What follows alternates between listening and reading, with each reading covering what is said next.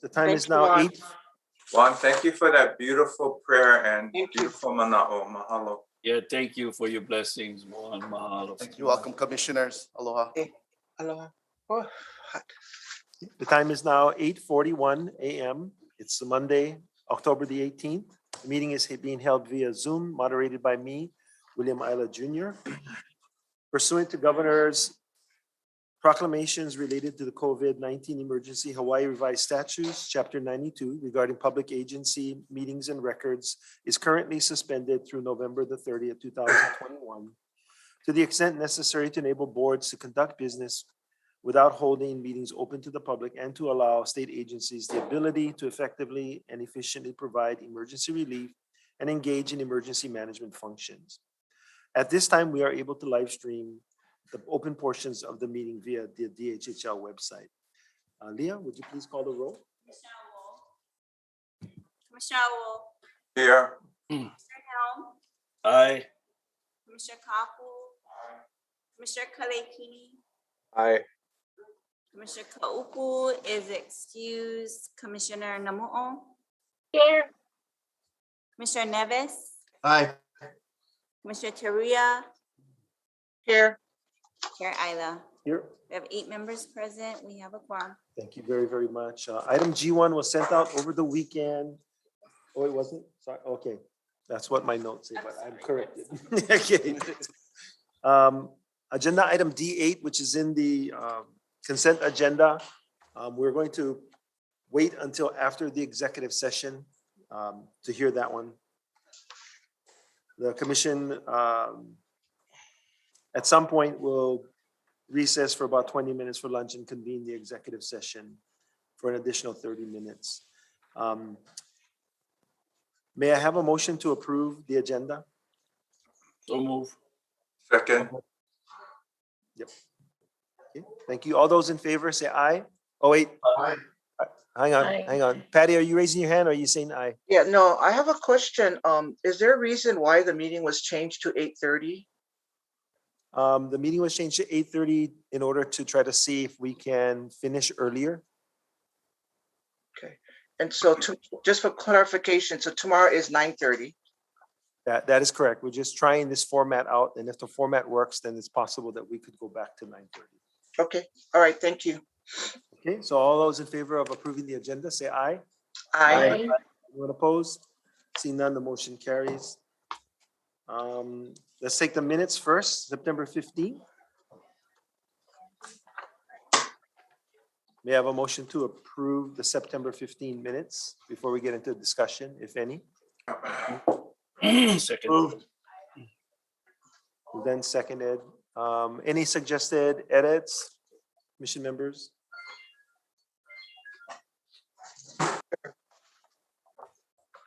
Go ahead, Mike, your hand is hand up.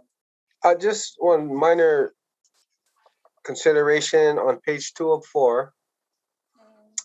Under approval of agenda, the last paragraph, the third line down, it says, however, they are not disclosable unless the commissioner as a body. I think maybe we're thinking that it should be either commissioners or commission.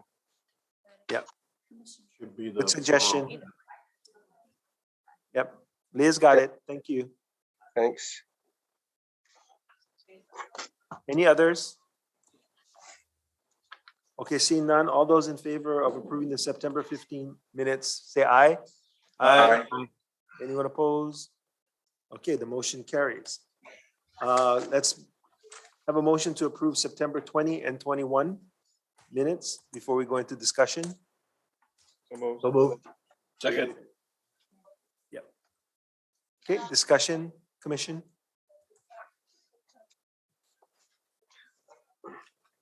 Sure. Yes, go ahead, Mike.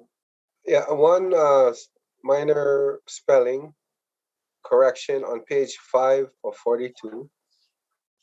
Okay, It's the third paragraph from the bottom.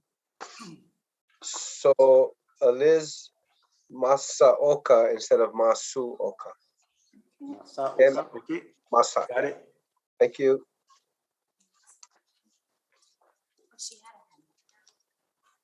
Patty? Thank you, Mr. Chair. On page 6, paragraph 3, first line item, Commissioner Teruya asked what the short term for getting letters to the perpetrators. The sentence just dropped as the letters and is. So I wanted to add to the perpetrators on that line item. Thank you. Okay, Leah's got it. Any other suggested edits? If not, all those in favor say aye. Aye. Anyone opposed? Seeing none, the motion carries. Thank you very, very much, Commissioner. Next item is public testimony. And can we let Blossom in? She's not waiting in the waiting room? Stay. Stay. Okay, what we'll do is, while you try to contact her, we'll go to the consent agenda minus D8 and come back once we are able to reach her. So commission members, can I have a motion to adopt the consent agenda? Of course, minus D8. So move. Second. Okay, thank you. Any other items from the consent agenda? Any commissioners wishing to remove?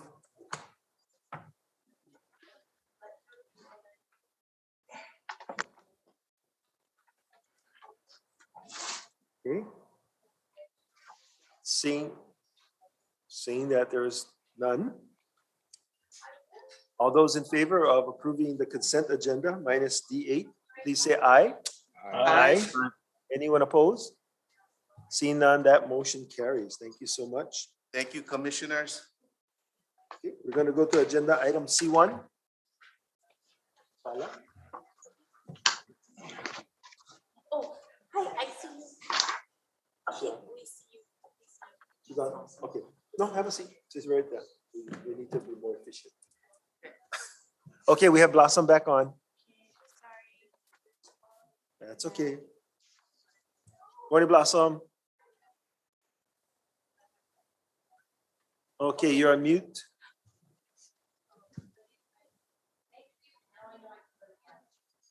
Good morning, Mr. Chair. Aloha, good morning. Technology, you gotta love it. Mary, get down. Get down. Get down. Stay, get down. Okay, good morning, commissioners. Morning. Good morning. Okay, hang on. I think I'm reconnecting someplace else. Okay, I'll just go ahead and start.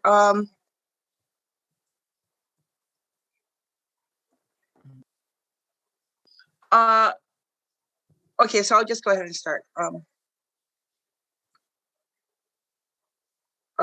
Good morning, commissioners, once again. For the record, my name is Blossom Pitera. I am beneficiary advocate on behalf of our people that are currently on the wait list. And I would like to address several items on the agenda. And beginning with items D7 and D8, if we could include the date of application for those two items. On item D9, I would support the recommendation that's being made by the department. Under item F3, of course, we're going to support our beneficiaries who hold right of entries. I would ask though, I know that Kahikinui has a couple of right of entries and they're not listed. And what is the reason for that? On item C2, the supplemental dwelling rules have been on your agenda for quite a while. And again, we are looking at another informational briefing on it. When can we expect some decision making on that particular item? And the presentations and submittals by planning items G1, G2, and G3. When can we request informational briefing for our beneficiaries on Maui? Regarding item G5, I would submit support in the to see some decision-making matters coming forward for that. I'm trying to stay within my 3 minutes, Mr. Chair, and I think I did it. Thank you, Blossom. You did. You actually have 1 more minute. You want to add anything? Actually, not really. Well, thank you for being succinct. Blossom, what was the last item you mentioned? It's item G5. Yeah. It's actually on Tuesday's agenda. Yeah.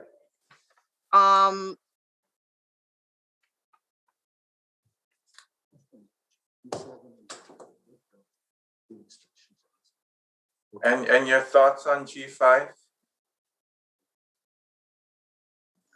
Well, I actually, because I really wanted to stay in my 3-minute thing, but I would ask that the commission support the submittal and actually is looking forward to it being scheduled for decision making. Okay, thank you. Okay. It was pointed out to me, Blossom, that the original origin dates for the applications are actually listed in a column on the consent agenda for D7 and D8. So if you could check that out. And then are there any other questions for Blossom? Sure. Yes, David.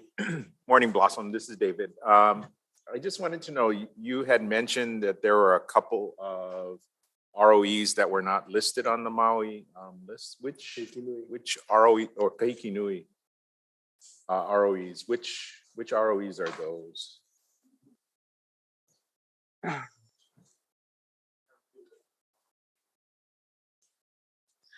Do you recall? Okay, so just as a matter of clarification, I seem to be getting a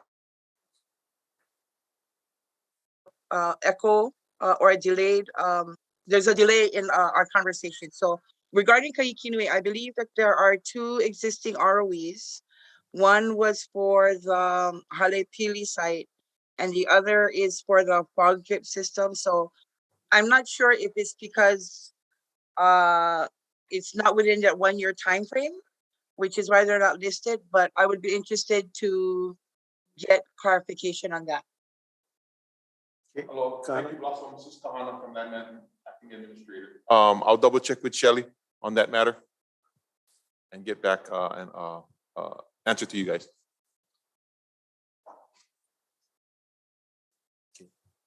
No, thank you. Thank you, David. Thank you, Blossom. We will respond. Any other questions for Blossom or? Okay. If not, mahalo nui, Blossom. Thank you very much. Oh, you're welcome. Thank you for the opportunity, Mr. Chair and Commission. Thank you, Thank Blossom. you. Mahalo. Aloha. Okay, we're on agenda item C1. Paula, Ayla. Aloha Commissioners, Paula Ayla, Acting Administrator, Contact and Awards Division, requesting the motion to approve applicants listed below for 99-year leases. May I have a motion to approve staff recommendation? Patty, was that a question or you're? You're muted. Okay, we have I'm sorry. So move the support for the motion. Second. Thank you. Questions or? No, these are for the areas of Ka'ulo Kahai in Kapolei and Kakaina in Waimanalo. Excellent. Questions for Paula? Okay, if not, all those in favor say aye. Aye. Aye. Anyone Mahalo, opposed? Commissioners. See none, the motion carries. Thank you, Paula. Next up is land management. Back at the table is Kahana, agenda item F1. So Kahana, before you move forward, sorry. I neglected to talk about the Act 220.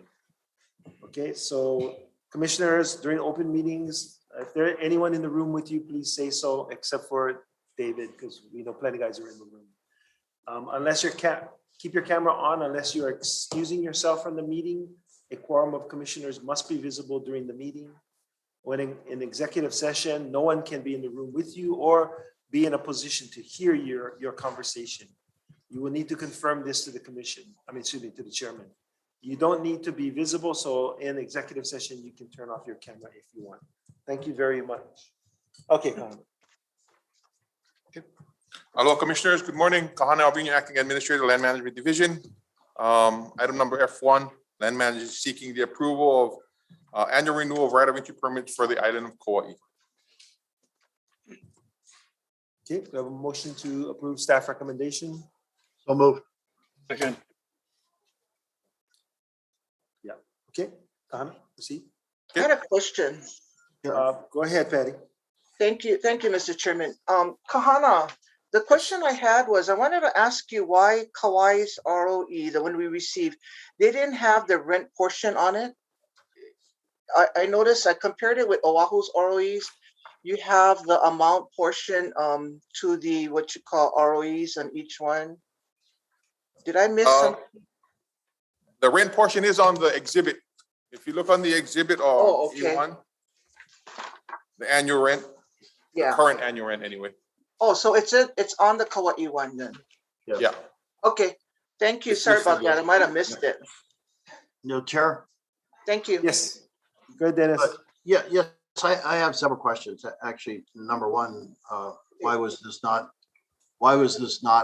provided in the August meeting? It was missed. My fault. I wanted to bring it back. Not only August, but the September also. I should have had it in September. Yeah, if it's, anytime we miss stuff, and I probably missed it myself, but I didn't hear anything from any of the beneficiaries, but I think it's important that if we do miss something like that, as soon as possible, advise the commission so that at least our beneficiaries know that'll be covered at a later time. So I just have some questions as to the on A, sorry. Okay. Under A, it says that it says renewal all Kauai Island right of entry permits listed on Exhibit A, they identified by approximate location and Kauai map that are in compliance. Now, we've had several discussions about compliance. They may be in compliance. Some may be in compliance as far as their fees, but we know there are several that are not in compliance for other issues. And the department has already said that they don't have the staff to investigate those issues. So I'd like to ensure that compliance is in this context is specific to the payments only, because we know, and the department is aware, that there are other compliance issues. The reason I bring this up is because in the revocable permit process that we approved, I believe was last year or sometime, compliance is important as to how we're going to do revocable permits as we move forward. Because people that are not in compliance under the current program, it's going to be on a point system. So that's going to be negative points. I want to make sure that we understand that compliance is important. And I know we don't have the staff. We've discussed that several times, but I want to make sure that when we talk about compliance in this context, it only has to do with meeting their rental proposals. Another thing is under B, it says that the annual renewal period shall be on a month-to-month basis up to 12 months, but no longer than August 31st, 2022. Now, does that mean that we will go into the revocable permit process in as of August 31st, 2022? Because the rest of the schedule the rest of the sentence says, or at the next scheduled Hawaiian Commission meeting on Kauai Island. So this is saying that all these revocable permits will end in 2022. Is that correct? Correct. It ended at, well, it should have ended, it expired on August 31st, 2022. I mean, Right. 2021, the current one. Yes, I understand. But what this statement is saying is, but no longer than August 31st, 2022. So my question to the department is, are you prepared to move to the revocable permit process by that time? Are you saying that just we're gonna continue to delay? Let me answer for Kahana. We are prepared to achieve that goal. The answer is going to be, of course, making sure that, well, dependent upon having the positions funded and then the positions recruited and in place. So there's a possibility that that date will move again. And with COVID and with the legislature reconvening in 2 months, looking at our budget, I can't make any commitments. Well, I'm not asking for a commitment. What I'm asking is that if we're looking at terminating these, or it looks like it says no longer than August 31st, 2022. That's a strong statement. That statement says that, okay, we have a new program. The program will be in place by that time. If we're saying that that's not going to be in place, that's all I want to know. Because we continue to delay this. We have several people that are not in compliance that needs to be noted. Because when we do to go the revocable permit, those specific non-compliance issues are important as we move forward. Yeah, we recognize that, Dennis. Okay. And then under C, I guess, well, under A, it says that they were issued temporary approvals. Who approved the temporary approvals on September 1st, 2021? It wasn't the commission.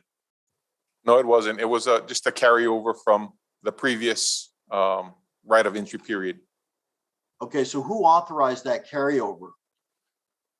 There was no authority given. So how do we do that? How do we do that? We have a commission here. So if we missed it, somehow there has to be communication to the commission that saying, we missed this, we got to get it on the general, has to be approved. So what I'm concerned about is that we say there are temporary approvals, then I go to C and it says authorize the chairman to negotiate set forth terms, conditions that may be deemed appropriate and necessary.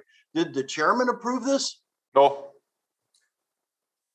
It's by practice of law that during the expiration period that we kept the same conditions in place.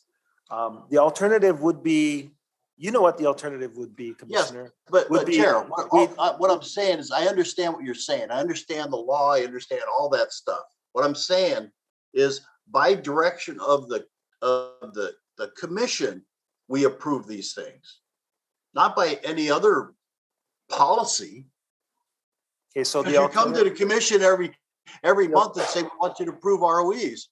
So the alternative commissioner, by not accepting sort of the carryover, is the department would then have to tell everybody to vacate.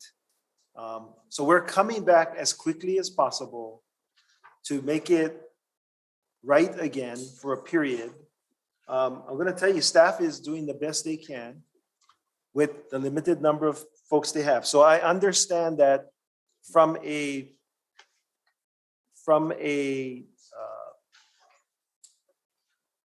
visual standpoint, it could be better, but the reality is this is the situation that we're facing right now. And I understand, and I'm not here to badmouth the department. All I'm saying is the procedure needs to be fixed. You can't You can't come to the commission every month and say, I want you to approve this. Then if we miss it, say, well, I'm going to approve it until we can get to the commission. That doesn't make any sense to me. There got to be communication to the commission saying we failed to do it for whatever reason, and we're going to do a temporary approval. The commission needs to be advised. That's all I'm saying. All right. Point well taken, Commissioner. Yes, Thank you. thank you, Kahana, I appreciate it. So as we move over to page 2, and we talk about the numbers, it shows that the revenue for Kauai for 2022 is $94,332 that's contributed to the trust. But when we go back and look at folks that are in arrears, and we're talking about folks that are in arrears for a period of time. Yep. For instance, on Exhibit A, the Kauai Farms in Anapepe is in arrears $10,000. Well, their current rent is $10,000. Their in arrears $13,000. $13,000, correct. Right. And then you have Wallace Rita in that's in arrears about another $2,000. Then there's another small one in there for Honda that's delinquent $220. So when you add those numbers up, the revenue is not 94,000. The revenue is about 75,000. So I just want to make sure that we're talking the right numbers. These are the kind of things that we as a commission have dealt with before in other islands, and big numbers are going past us. I'd like to know, especially on the Kauai farm fuels, has there been any communication? We're in arrears over a year. I need to double check with Kaipo, our land agent. Okay, and I appreciate somebody getting back to me on that, because these are important issues. And also on the Rita property, or the Rita, it looks like they're back a couple of months. That'd be important too. I think it's a matter of wanting to make sure that we're taking some action so we don't walk into something that, okay, well, we lost $10,000, we move on to something else. It doesn't, we want to make sure that we're doing the best we can. And I know it's a staffing issue as well, but it doesn't take much to get some form letters down to send them out and say, you're in arrears, what's your status? Let's sit down, negotiate, understand it's COVID-19 and so on. One last point, and that is on the recommendation to leave rates at a current level. I think, based on the COVID situation, I could understand that. But your explanation says that unable to get the Colliers International type of reference. I read this Colliers report. It doesn't tell me anything. All it tells me is where we are in the country and so on. There's nothing in there that says this is what property costs or what the rent costs. It says they go up, they go down, they go left, they go right. It just doesn't make. You can go to the real estate board and probably get values on land for commercial, for pastoral, and so on and so forth. So I understand the COVID process, but I don't think the explanation that Colliers makes any sense to me at all. I'm sorry. It's in small print. I'm old. And the other thing is I couldn't find anything in there that made any sense to me. Okay. Commissioner, if you have a suggestion as to a report that I should be looking at, I know we look at the Colliers one. If there's others for the island of Kauai, I remember you bringing up that issue a couple commission meetings back. And I wanted to make sure that I did let you know that, I couldn't find anything with Kauai. Well, Kanu, my question is, tell me on the Colliers report how that gives us a number for property in Oahu. I couldn't find any reference in there. It just said this went up, that went down, this went left, this went right, but it doesn't tell me rental rates are X. Where's our base? Did it go up? If it went up 3%, do we go up 3%? But it just says it goes up and down, but there's no base in there. So the report's garbage as far as I'm concerned. I'm sorry. Okay. But I will look at the I know the real estate board here, the president real estate board, and I'll talk to her and see if she has some kind of report that we could use to sort of generate the numbers that you may need that'll be satisfactory. Okay. Chair. Hold on a second. Kaipo just entered the room, so I want to get all of Dennis's questions answered first, and then you hold on, Zachary. Okay. Randy had his hand up first. So Actually, I'm done. Kana, thank you very much. I appreciate it. I'll get you some information for Kauai's land values and so on and so forth. Okay, and then Kaipo just stepped in. The Yeah. question you had with Kauai Farm Fuels. Yeah. Go ahead, Commissioner, you can ask Kaipo again. Sure. Your question. So, hey, Kaipo, how you doing? Good. So, Good morning. Good morning. Kauai Farm Fuels, they're in arrears like $13,000. Do you know why? And or have we made any contact with them? Are we negotiating and try to get that debt straightened out? So my understanding with Kauai Farm Fuels is that they have since vacated the property. So as far as going back to try to collect after they vacate is we would keep the security deposit. So we have to put them on notice is what Commissioner is saying. Okay. So how much is the security deposit? My understanding is that 1 month's rent. Generally, And security deposit. So Kaipo, just, when people go in arrears, I mean, standard policy, 30 days, we send them a letter. I don't know what the department's policy is, but generally you're going to send them a letter in 30 days, 90 days, you're going to evict. How does somebody sit on the property for a period of time and go delinquent over a year's delinquency? And then they just walk out. Obviously we have to go to legal to try to figure it out. I'm just trying to figure out how we can remedy these issues quicker. I mean, this should have been an easy eviction. We should have just said, you got 30 days notice, you got 90 days notice, evict, you're out. Then we can rent it out.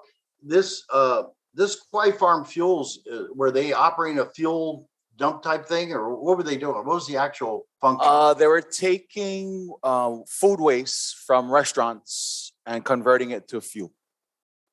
So is there equipment or is there any liability for hazardous material or anything at the site that we're going to be burdened with? Last I checked there, it was vacant. The property was vacant. So is it secured? Is it secured? Is it fenced? There is a fencing, yes. Okay, so I don't know specifically where this location's at, but hopefully we have it fenced and secured, because that's one of our goals too, to make sure that stuff's secured, that we don't run into more issues. Now we're going to have to go to court to get back this $13,000, which we probably won't see, unfortunately. Yeah, it's the thrift store in Hanapepe behind the thrift store. Habitat for Humanity. Okay, all right. Okay, well, thank you for that.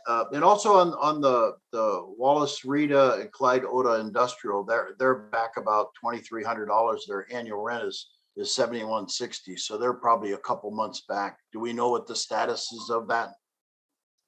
I will follow up on that to ensure that they're current. But yes, they are still using the site. Okay, and I appreciate what the department's doing. I just like to see us try to act a little bit quicker, and if we need to have the AG, file whatever we need to file to get people out so we can save the trust money, because we're just losing money. And if those are areas that are available for future lease or rent or whatever, I think it's important that we try to do that as quickly as possible. Okay, thank you, Kaipo and Kana. I understand. Thank you. Thank you. Randy and then Zachary. Thank you, Chair. So quick question, Kahana. Today, we are only approving right of entries that are not highlighted in orange, that are showing up as delinquent. Is that what we're doing today? We'd follow up with the orange. If you guys don't want to renew the orange ones, it's your call. Yeah, I guess my question is, if we do approve the orange, then it contradicts what's contained in the request to approve, and it says here, for those that are in compliance Yeah. and issue temporary approvals. So that's my question. Yeah. And I guess I do feel that if we continue to allow delinquencies to occur and we keep rubber stamping approvals, I don't know if that's conveying the right message. So Okay. we can have that discussion, broader discussion with the other commissioners. Okay, thank you, Randy. Zachary? Yeah, thank you, Chair. Actually, you sort of answered part of my question regarding having something in writing to these people that are delinquent. So I guess you do, Kahana, submit something in writing to these people to inform them about their delinquency. And how often do you inform these people? Because if they've been delinquent for more than a year, and I understand we don't have the staff to appropriately do the process of maybe removing these people from these business areas. So I just was wondering, how often do you submit letters to inform them that they're delinquent, and and do you have a deadline when you submit those letters? I mean, and if they don't, what is the next step that the department would be taking action? That's all I had. There's no really time frame. I mean, as soon as we get the invoices and see if a party is delinquent, the appropriate land agents would prepare those notices and get them out for delivery. Okay, so thank you, Kahana. Okay, thank you, Zachary. David, and then Dennis. Thank you. So Kahana, if this is only for unpaid rent, how does the commission learn about other delinquencies? So if they're not in compliance with their right of entry, how do we know that? The only time we come up when these matters come up. Right. So Dennis was saying that there are others. It sounds like from what he was saying, there are others that are not in compliance with their ROE or the terms of their ROE. And so I'm just wondering what are those, and maybe Dennis knows what those are. But I would hope that we would be moving towards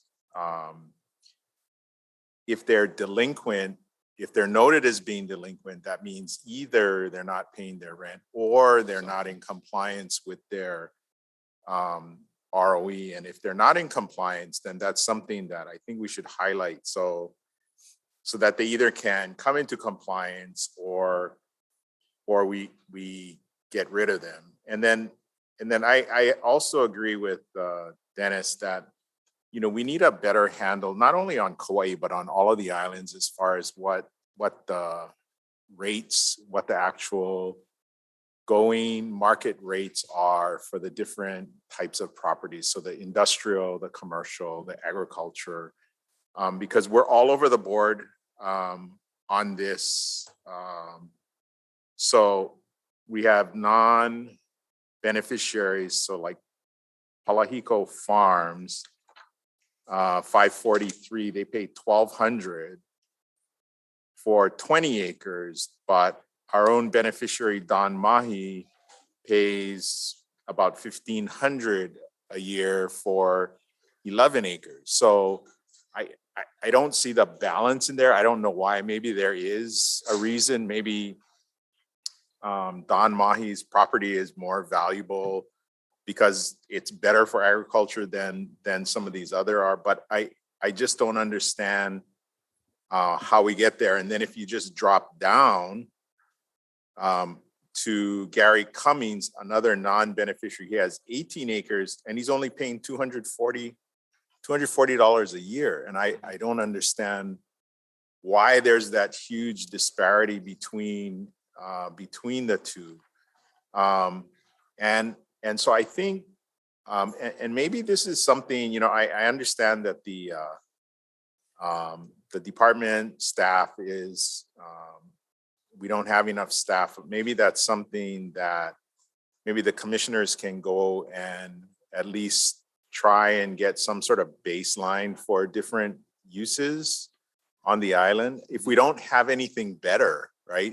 If we have nothing better, maybe we can go out and kind of determine what people in the market are paying for these, industrial, commercial types of uses, just so we have something to base this on. Because it just seems like I don't understand the basis for doing for our numbers, and it's not the first time. Yeah. And just to respond to those numbers, Commissioner, these are again old rights of entries, which when we converted, they were old revocable permits converted to right of entries, and when we converted them, it was a matter of going to the sites, making sure they're compliant in their rent and the uses. When we did it back in 2013. And if they're in compliance, we would convert them. We wouldn't touch the rent. We just convert and keep the rent as is. So these rents, were for years before it even became a right of entry. But that makes no sense to me, right? So if we converted them from an ROE, from a revocable permit to an ROE, I think that gives us an opportunity to look at the value. What are you getting for being on the property, right? Understanding that it's a short-term use and understanding that it gives us some benefit to have people on there, but they should be paying a fair or close to market rent, or at least have some basis. Because it's only short term, we reduce it by 25% or whatever. As long as we have some methodology to figure this out. And, I think we should do that. And then we should, if agricultural land is a fixed rate, if it's so much per acre, and I know you made a presentation last week where we were for the solar people, I think we had determined that the ag land was like $200 an acre. So if we can get to some common ground on what a per acre price is for agriculture, then it's an easy calculation and we have a basis for doing that, right? So if it's $200 an acre, you got 10 acres, you get, but if you have 1,000 acres, you're going to pay more.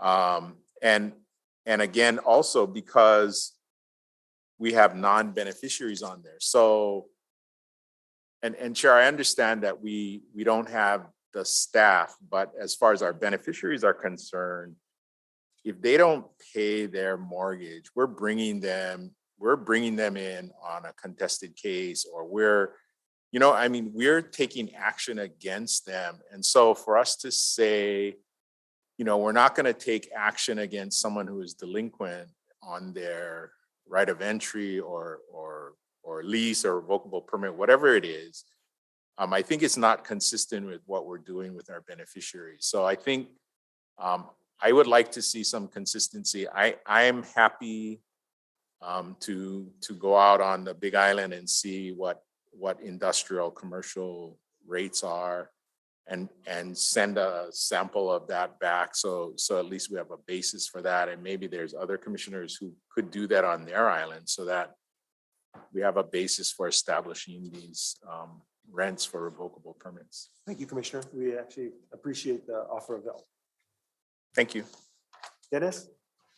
Yes, thank you, Chair. I agree with what Commissioner Ovo said. The stuff that's on here that's not in compliance should be taken off the list, and then we should vote on those that are in compliance as far as paying their rents. I just want to make another note. I took the total amount of pastoral acreage outside of those that are delinquent, and then the amounts that we're receiving. It comes out to about $21 an acre. I don't think you could find anywhere in the world, at least in the United States, you could buy something for $21 an acre. So that's an issue. As far as ag, the ag acreage, if you just take the crunch the numbers, $67 an acre. So I'll work with our real estate board and get the information I think we're going to need. And if we're going to discount it, I want to make sure that I don't care for discounting, but I understand the department's concerns about lands, keeping lands clear. We have the same problem in the Makai here in Anahola, where we just had to remove a bunch of cars and so on and so forth. And also in Makuu, we had the same problem. So I'll gather the information, but I think it's a good idea to get good information, so at least we can tell our beneficiaries we're trying to get the best bang for our buck. Anyway, thank you, Con. I appreciate it. Thank you, Dennis. Michael? Thank you, Chair. I also wanted to express support for what Commissioner Owell mentioned about not approving the delinquent ROEs. Also, I wanted to ask, I noticed all most of the different F items, we mentioned about improvements to the revocable permit program. Wanted to ask any estimate for when that program can be expected to be implemented. Cannot make any commitments right now, but I'm working with Joby on trying to figure out what path we go to as far as procuring the appropriate entity party to assist us. Okay, but that would be good to keep us updated when that's imminent, when that program. Yeah, thank you, Con. And then just one last clarification. I think maybe like if you look at item B, I hear what Commissioner Nevers was stating about no longer than August 31st, but on the first sentence it does say annual renewal period. So my understanding of it is that we're reviewing an annual period for renewal, but it's not supposed to exceed August. So I don't know if that, that I just wanted to mention, that's my understanding. Yeah, I appreciate that. I would just add, and it's not seeking to spread, I guess,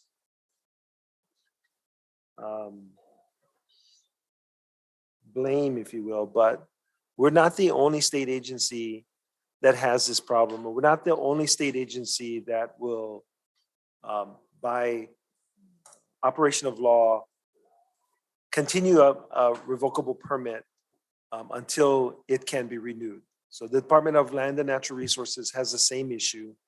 They have the same, actually they have a lot more revocable permits than we do, but same staffing issues. So we're not alone in this method of dealing with the condition. So, but not being an excuse, I'm just letting you know that we're not the only agency that has this problem right now.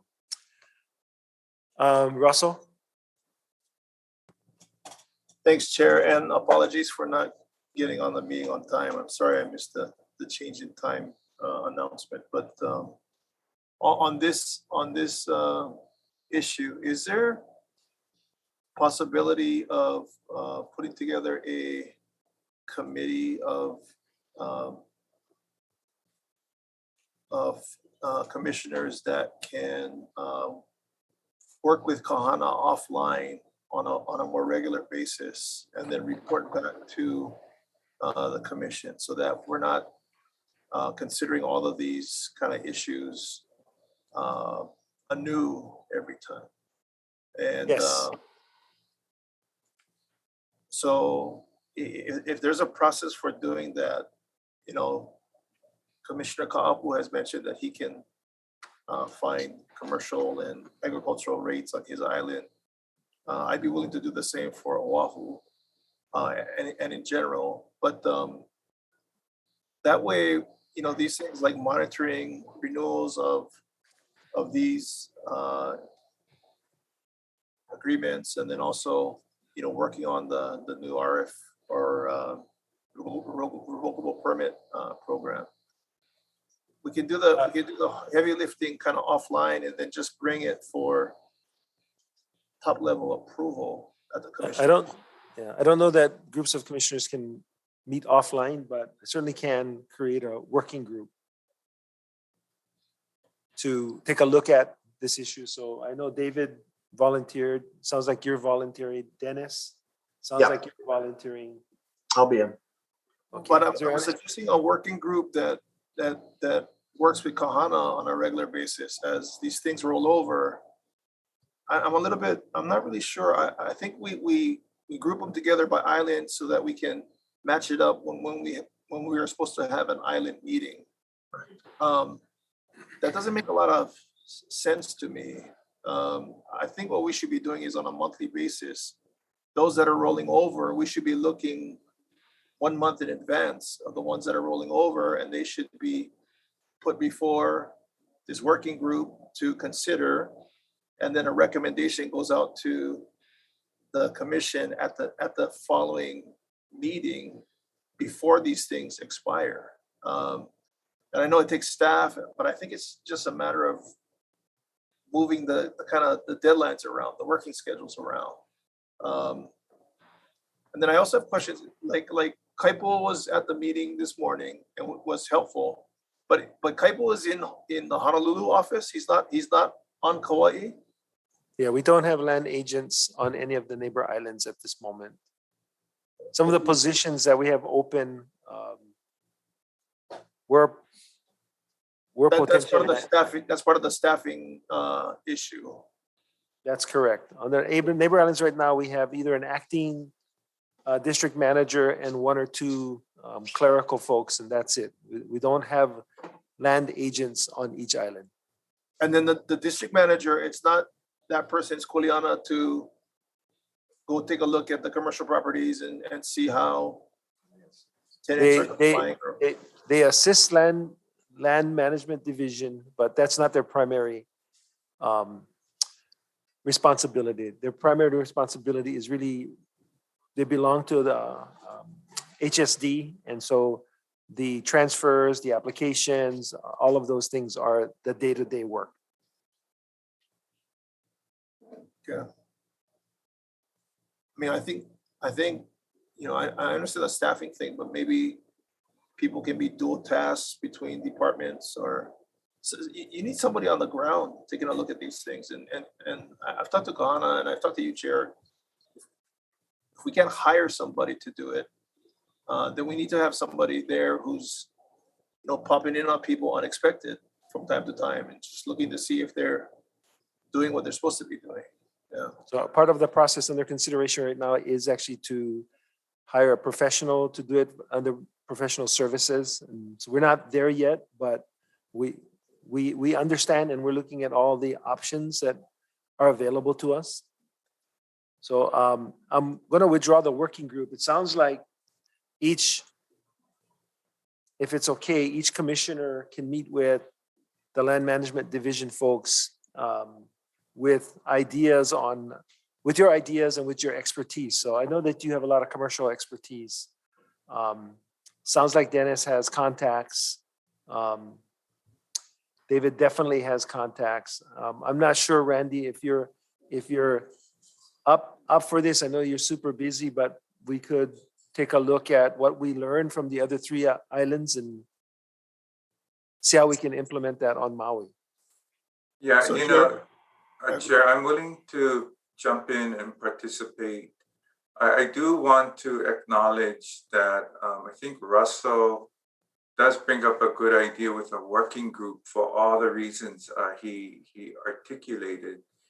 And I think the advantage to a working group with somebody like Russell involved, he brings a level of expertise that people like myself just don't have. So I'm still in support of considering a working group, but again, I leave it to the commissioners on how you want to move forward. I will participate in any way that this body of commissioners feel is most helpful. So yeah, that's my manao. Okay. Go back to you, Russell.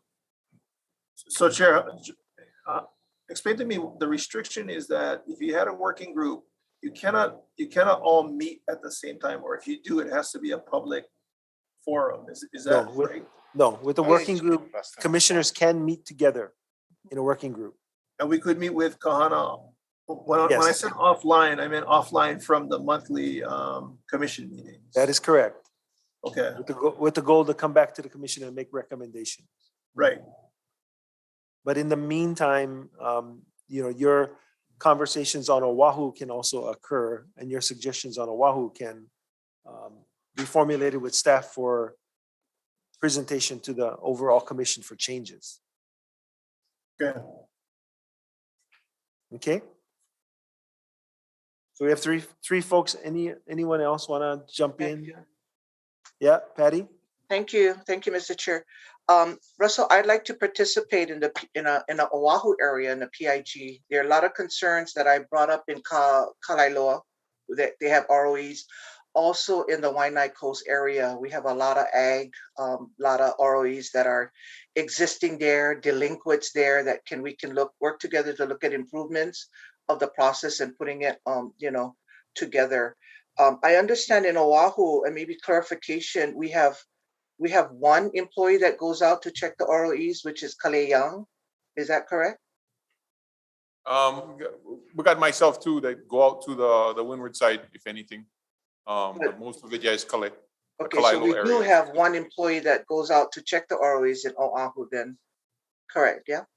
Plus Kahana. Plus when he me. is- Yeah, plus Kahana. So we're fortunate that we can work with two and work together to move the process. But I'd like to join in, Russell, for Oahu and to participate.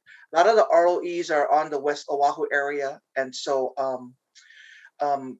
I may not have the realtor background, but I do have community and zoning background that can be helpful to this process. So thank you very much, Mr. Chair. Okay, so we'll put together a permitted interaction group made up of David, Russell, Dennis, and Patty, and myself. Thank you. Oh, only can have four, sorry. Chair. Okay, so I'm just informed that we can only have three plus the chair. Somebody want to step back? I was thinking of Oahu, like Oahu would be me, Russell, and the LLD group. I mean, I thought it was breaking it down in islands, not all together. No, we're talking all together for now.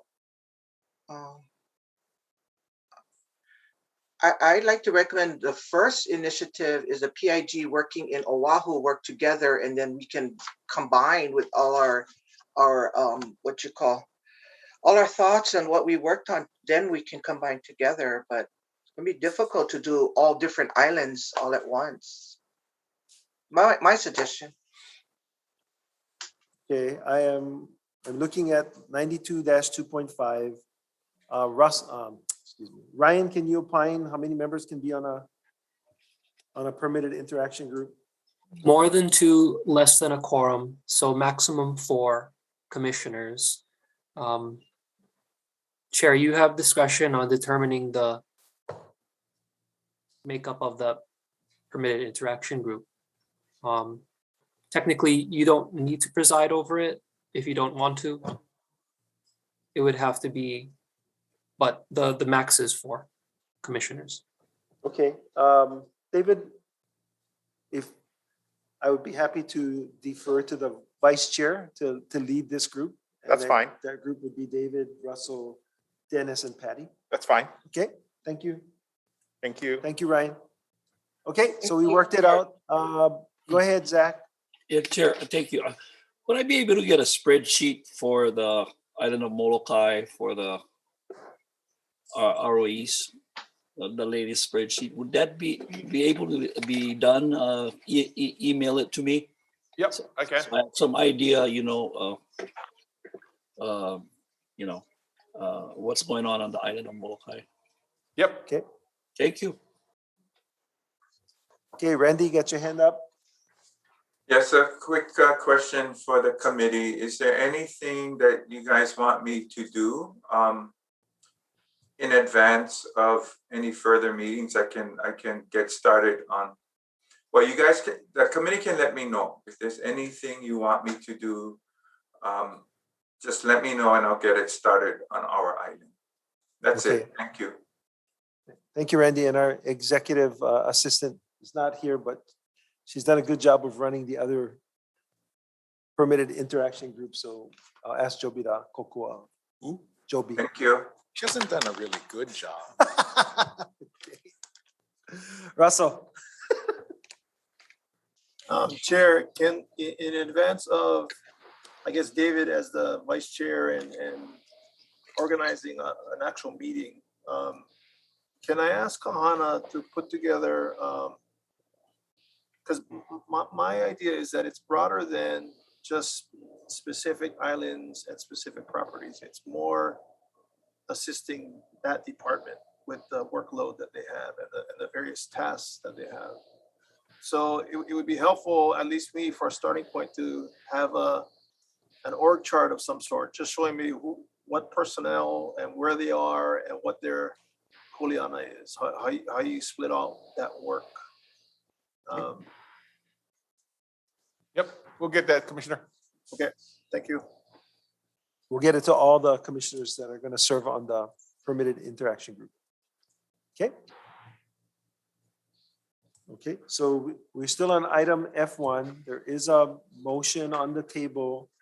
There was Kauai, there was a discussion of removing the two that are highlighted, three that are highlighted. Commission. And those are 541, 542, and 562. Commissioners? Chair, actually, yes. there's one more item, 553 is delinquent. Which one is that again? 553. 553. Not on here. Okay, Kahana's looking. Not at that. highlighted. It's in gray. Yeah, I see it. Sorry about that. Yes. Yeah. Yeah. So that's not in compliance, so that should be removed as well. Yeah. Okay, Commissioners, so does somebody want to amend the motion that's before the commission? Yeah, Chair, this is Dennis. I'd like to amend the motion that's presented to the commission to remove those that are not in compliance. Okay. Is that okay with you, Zachary? You were the seconder of the motion. Yes. Okay, so we have an amended motion. Okay, it's a friendly amendment, so we don't need to vote on the amendment. So let's vote on the motion as it is amended. Approved with the exception of 541, 542, 553, and 562. All those in favor say aye. Aye. Aye. Aye. Anyone opposed? Seeing none, that motion carries. Let's go to agenda item F2. Commissioners, agenda item number F2, similar to F1, but these renewals are on the island of Hawaii, East, Central, and South Hawaii Island. Okay, we have a motion to approve staff recommendation. So move. Second. Seconded by David. Okay, discussion, commissioners. David?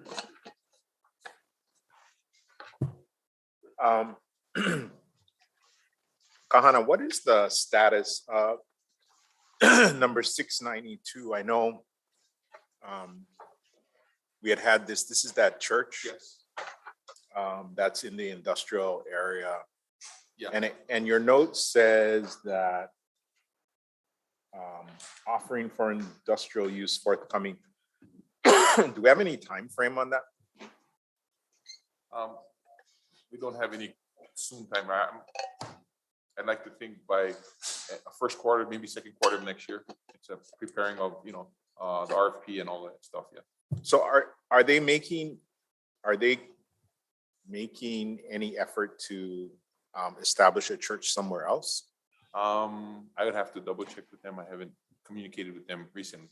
Yeah, because I remember last time we were in Hilo, which is a while ago, Yes. I think they they were thinking they wanted to stay there permanently, right? So I, I don't know how Commissioner Kalei feels, but I would think that we should at least, if we're gonna have it go out first or second quarter of next year, we should at least give them notice that, you know, that they need to go and find something. Okay, thank you. Yep. Other commissioners? Yeah, Mike? Thanks, Chair. Thanks, Kahana. Yeah, I just wanted to mention again, mahalo to the commissioners volunteering for the valuation about the rents, etc., because that same question would apply to all of these ROEs for Hawaii Island. I want to ask Kahana, so I know you have sent a few ROEs, and forgive me for maybe not looking at it in great detail, but I'm curious as to the permittees providing like regular reports, maybe annual or longer, as to, you know, their activities. How are they doing? Because it seems like Hawaii Island has like the pastoral, like the largest acreage. And I know like in the south area, I know there's talk about, you know, fire prevention and that sort of thing. I'm asking if, do you receive any regular reports, or is that, if not, can we put in a request to get updates on that? Okay, I'll put in, yeah, requests from the permittees to update where they at, maybe quarterly or bi-monthly. To start at quarterly, I think is something. Or biannual. At least what, Commissioner? Sorry. No, biannual, you mean twice a year? Yeah. Yeah, I'd like us to start at least. We don't have any currently, so biannually, and based on what we get, maybe we can determine if we need it more often or not. Okay. What would, excuse me, Commissioner, are you referring to reports about efforts that are being taken for fire prevention? I think that should be included. The fire prevention, especially in the Ka'u area, is concerned. We had a, but I mean, in general, you know, if they can just say what's going on, what they're doing with their leases, I think that would be of help. Okay, so report on maintaining their fire breaks is most important right now. Okay. Yeah, the fire breaks is the big one. And then I agree with what the Commissioner Apu is referencing to the church, Connect Point Church. Okay. Okay. Yeah. Russell, and then Russell, then Zachary. Kahana, question, you know, on your exhibit where you have the date started, but, and I think I'm just understanding this now, irregardless of when an ROE started, we're renewing everybody on Hawaii Island as of October 31st. Correct. So their term will be 1 year. So next October, they'll be up. Right.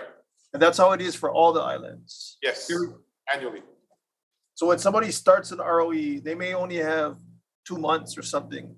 So we tell them that your island happens to come up for renewals in October. So if it's September, you have 1 month, and then you're going to get renewed, in essence. Correct. Okay. So what we did previously to this, revocable permits were renewed annually in June of every year. Not in June, July of every year. All permits, all islands. And then it got pulled back to where commissioners wanted specifically on each island. Okay. So the fiscal year would start a new permit period back when it was revocable permits. When it was July to whatever. Correct. Yeah. And then how would you deal with new ones? If somebody came up in June, they would have 1 month, and then they would get renewed for a year. Correct. We would Okay. put them on the list. Okay, that answers my question. Thanks. Okay, thank you, Russell. Any other questions, commissioners? Yeah, Zachary? Thank you, Chair. Yeah, Kahana, on your Exhibit A, number 610, they have the largest acreage, which is 5,000. Who is this Native Hawaiian General Services? Is that a nonprofit organization? Yes, it is a nonprofit organization. It is run by a homesteader who has a parcel of pastoral lease in Ka'u, Okay, in the pastoral area. Jackie Kalua'u. okay, that was my next question, if it was Jackie's. Okay, thank you. Thank you very much. Okay, thanks, Zach. Any other questions? Commissioners? Okay, is there a desire to pull any of these out, or we stick with the same motion? There's nothing highlighted, right? Nope. Make sure. Nope, nothing highlighted. Okay, so there's nothing highlighted, so all those in favor, commissioners, say aye. Aye. Aye. Aye. Anyone opposed? Seeing none, the motion carries. Agenda item F3. Agenda item F3, similar to those of F1 and F2, it's approval of renewal right of entry permits for Maui and Lanai Islands. Can I have a motion to approve staff recommendation? I move that we approve. Just to make commissioners aware, we have one item that one of the permittees on the island of Lanai that is in yellow, highlighted in yellow. Kahana. Yep. Yes, I see that. So I see that 510 pastoral. Yep. But location, it has it as Kahiki Nui. Is that correct? Oh, I'm sorry, it should be Lanai City. Okay.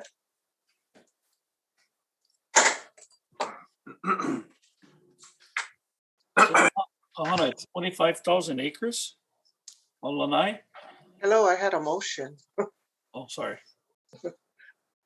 Okay, hold on. 25 acres, 25, not 25,000. That's a period.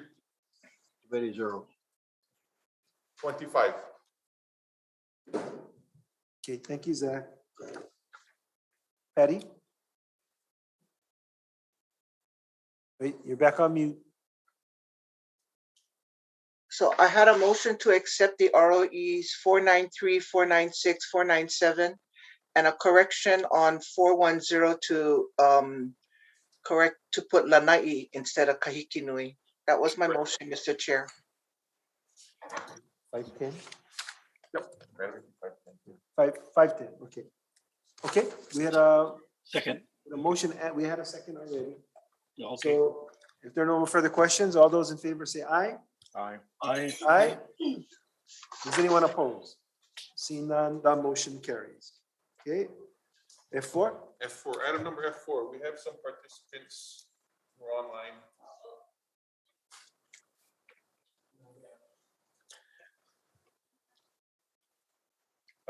Just, okay, item number F4, Lisa Oshiro and Todd Lang. Again, the subject item is to approve to a renewal of right of entry number 685 to the Department of Interior, which covers the Nanapule, Luolole, and Waianae Oahu various TMKs. For the purpose of? For the purpose of completing its series of land surveying field activities, which include but is not limited to traverse location surveys and data collection and boundary survey monumentation. Can I get a motion before we go to your question? Yes, but I want to make sure on the first one, I believe the area is incorrect. It's talking about Honoko'a watershed. So I don't think you meant that on page 2. Yes, yes. That should, yes, that whole area. Yep. So that should be taken out, Yes. right? And then it's going to actually refer to the areas that are under location. Yeah. Okay. So moved. Thank you. Thank you, David. Okay, we have a motion to consider staff recommendation. So move. Second. Okay, so we moved and seconded. You wanna? Yeah, again, we have Lisa Oshiro and Todd Lang. If you guys want to give any information, commissioners have already approved and seconded the, or gave the approval for the submittal. Any questions for Lisa or? Nope. Basically, this is the Department of Interior had some funds to actually do a survey of original lands. Is that correct, Lisa? What are we trying to accomplish here? Aloha, Isla, and aloha commissioners. With the federal survey, actually, I have a brief presentation that would be helpful because I recognize that we last were before the commission in November 2018. So I have a brief presentation if that would be helpful. That will be helpful because I think there are some new commissioners since the original presentation was made. Yes, thank you. And also I wanted to introduce, I have joining me is Todd Lang. He's a cadastral surveyor from our Department of the Interior's Bureau of Land Management. He's the expert, so he'll be able to answer questions. Okay, thank you. Oh, actually, I need to have presenting. Do we need to share the screen or anything? Yeah. Okay, you should be able to share now. Okay.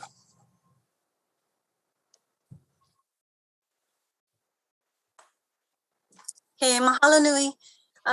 So we're gonna cover in this F4 the Nana Kuli, Lua Lua Le, and Waianae right of entry, but also provide some background on the federal survey project.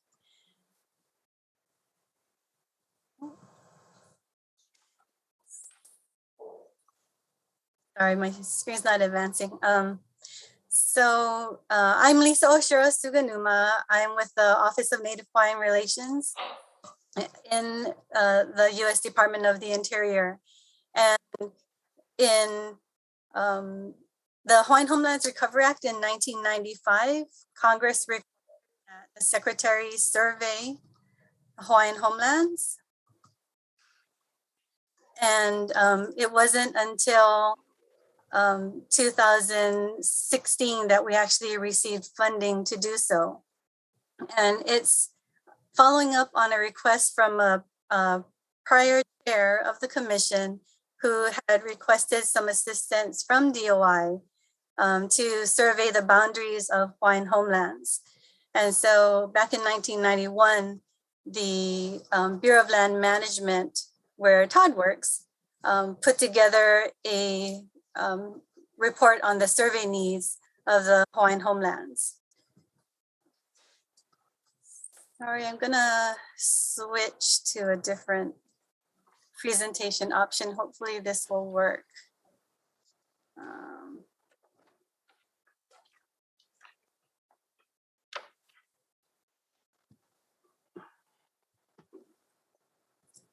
I apologize for the technical difficulties here. Oh, sorry, that's the wrong one too.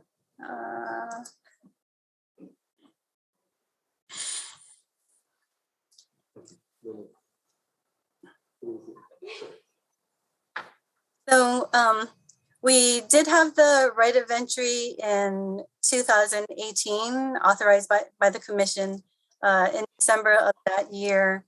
And our contractor on the Nanakuli, Lua Luale, and Waianae project is Control Point Surveying, a local surveying company. But because of the COVID pandemic, the project was shut down, or we shut it down. We were preparing in March 2020 to actually start surveying the boundaries that were adjacent to Hawaiian homestead residential lots. And so we had actually sent out our first round of notification letters. And then the governor's, I guess, third proclamation was issued and the stay-at-home order went into place. So we had shut down, and we've been monitoring the pandemic and the COVID numbers in that area ever since. Sorry, I think I'm just gonna orally present, if that's okay. I did forward a PDF copy of the presentation to staff that provides greater detail, but also myself and Todd are available to answer questions. So in your meeting pack in the F4 submittal are the maps of the areas with the marked boundaries to where the survey is being conducted.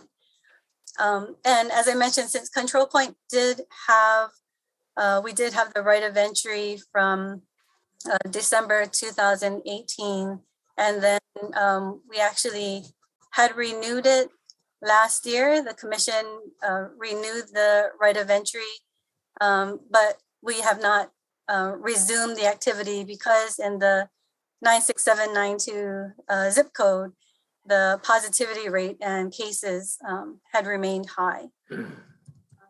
Just checking the COVID numbers this morning, the positivity rate actually came down below 5% for the first time. Hello. Oh, hey, Patty. Yeah.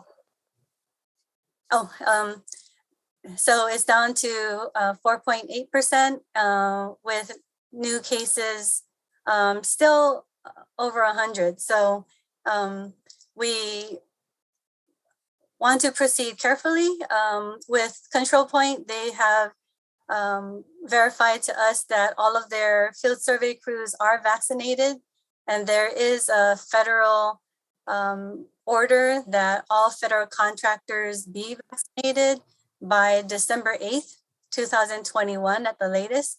But we're happy to report that our contractors are already in compliance with that requirement. So we are very mindful of the concerns about going out into the community. And for this right of entry, the commission would authorize the right of entry for us to enter Hawaiian homelands, but we also will be requesting rights of entry into the individual homestead lots. So there will be notification and that coordination with the homestead lessees.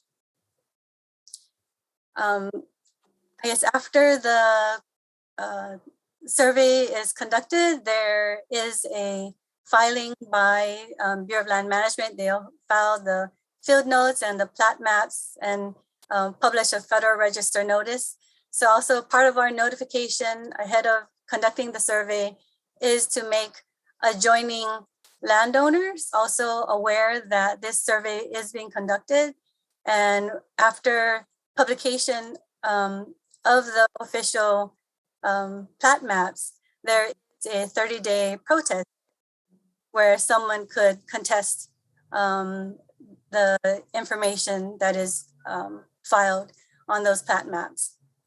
I also wanted to add that after all of the survey data is collected and compiled, would like to come back to the commission to be able to present to you the information that has been gathered and the maps that have been created to also keep you aware of what we've located and identified during the survey process. So again, I apologize for my presentation not working. If you have any questions, Todd and myself are happy to answer them. Okay, commissioners, questions for Lisa or the Todd? Patty, go ahead.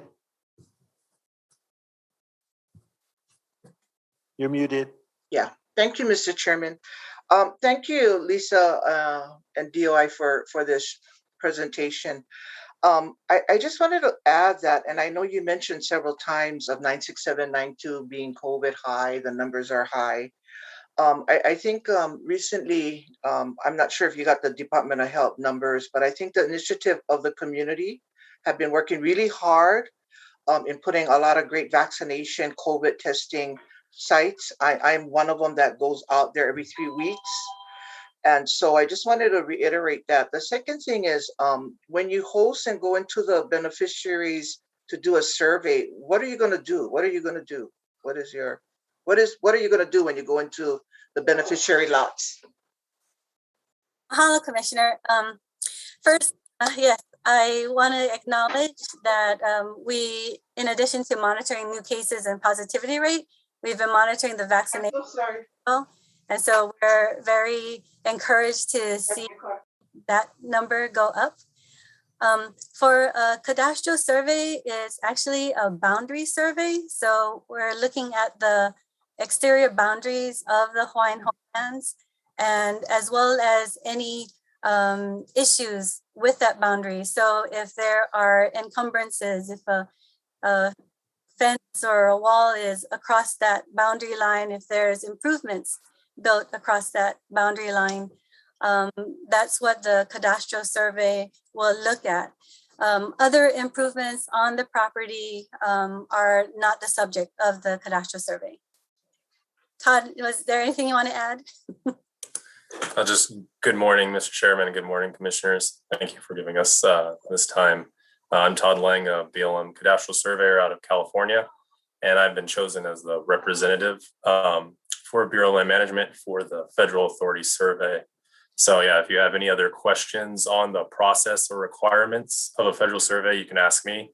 And just that we wish to use all the information that the land courts, the map for the homesteads, and increase the boundary to the federal level authority so that it can be defended against at the federal level, and that we can then access any services that the federal government has for those lands. So just any questions you have, thank you. And thank you for giving us your time. Okay, thank you. Thank you, Mr. Chairman, and thank you for the clarification. I might be asking an off-the-wall question. So with this survey from the federal level, does that mean that this area, this MOCA would receive federal funding through your surveys? There is a possibility of funding, and once the boundaries are assured at the federal level and at our, then that just allows the federal government to go through contractual processes and assure that that boundary is defendable and that has access to those services. And that would be at the community level, whatever that property would like to be used for, be brought up through the commission to the federal and then to the federal authorities, and we'd be able to then help and possibly fund whatever environmental services or community services that you'd like for that specific area. Okay, and one last question, Mr. Chair, real quick. The Lu'ulu'ulei, you mentioned this in your report. Does that mean you're surveying up the Lu'ulu'ulei naval area? Is that Hawaiian homelands? I just need to clarify that. Is that, Lisa, is that part of DHHL lands? I'm just curious. I would say not yet. I understand that that's an aspiration of the community and the department, but that is not included. We're just surveying the lands that are presently in the trust. And we've actually been finding a lot of interesting information as we do the historical research. And I guess so we've really the federal survey is building upon a lot of the existing records that we're finding that we were able to obtain from DHHL through the DAG survey division, through Bureau of Conveyances, the DLNR's land division, as well as county records. And we're identifying some of those discrepancies that were identified by DHHL staff in the past. And we hope that through this process, we'll be able to compile all of the necessary information to support clearly identifying where the Hawaiian homelands are. So that's part of the information that we'd really like to come back to the commission to present, where we may have some findings of boundary lines that differ from the data that DHHL currently has. All right. Thank you, Mr. Chairman. Thank you, Lisa and Todd. Appreciate it. Thank you, Patty. Any further questions?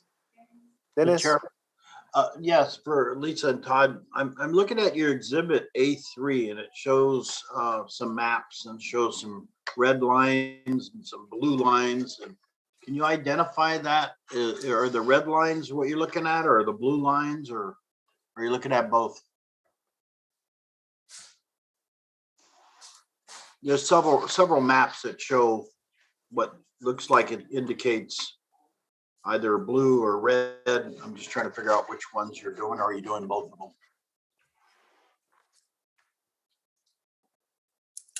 Were you looking at the Waianae property on the? Yeah, I'm just looking at the exhibit. You have exhibit A2 and A3 in our package here. The land surveyor report, Hawaiian Homelands, Waianae. It shows a map and it shows blue lines and red lines.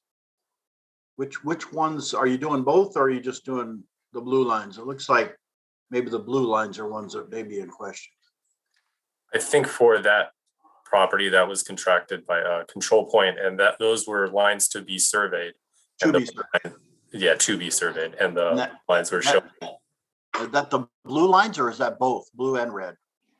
The whole property, the whole exterior boundary is the property being surveyed, but the one in red was to be surveyed. The one in blue were already surveyed. Okay, so to pass to Commissioner Teruya question is that does come close to community, to some of the homesteaders' properties, and so the communication will be important for those areas. See where they do skirt some of the properties, but it looks like it does come through some of the properties in different areas. So that'll be important on involving the community in that process. So we appreciate your communicating closely with, especially Commissioner Teruya, who lives on that side of the island. I'm sure she can help you out. Thank you very much. Any other questions? If not, Lisa, I have one for you. Have you put in requests for additional funding to continue this process on other DHHL lands? We have identified this as an ongoing project that we need funding for, and it's up to the administration's budget to address that. So we actually, for the areas that we've been surveying thus far, these have been monies that have been made available through the Office of Policy Management and Budget and other sources. So there's a combination. And if you are interested in having more areas, we have been talking to DHHL staff in identifying the areas and identifying DHHL's priorities. So that's how Nanakuli, Lualuale, and Waianae were selected. And then we're also going to be talking about Waimanalo in F5. And we have also started the research end of the survey on Hawaii Island in 5 different areas, and have had meetings with the community.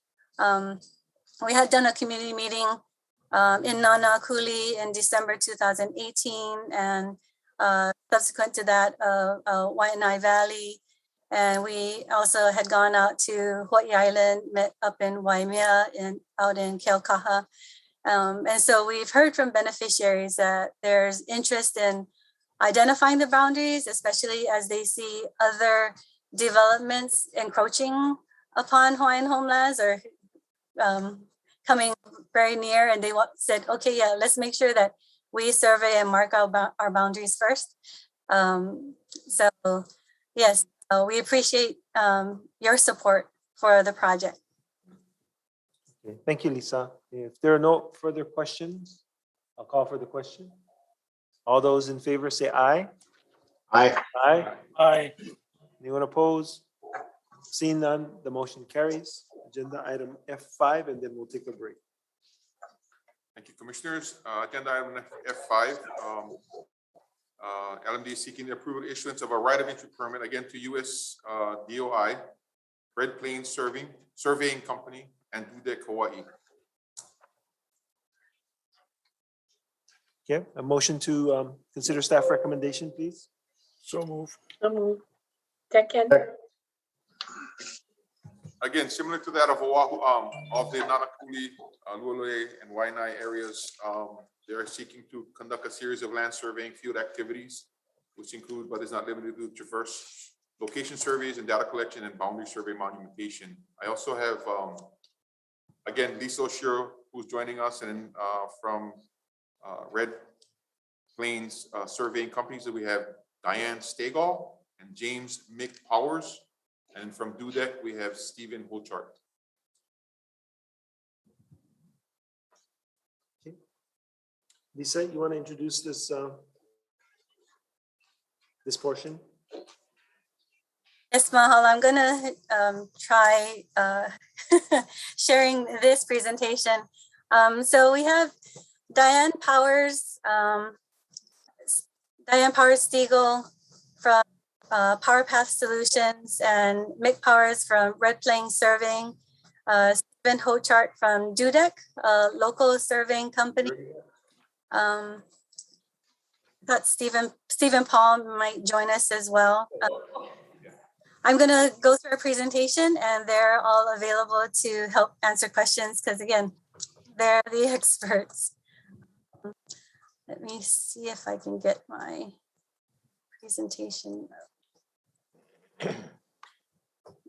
Okay, so we have funding available for additional field survey activities. So Waimanalo was the next area that was identified as a priority in our conversations with DHHL staff. For this project, we actually decided on our Nanakuli, Lualua, Lei, and Waianae project. We actually had BLM staff in Hawaii, and in this project, we are actually using CFEDS, which is a certified federal surveyor.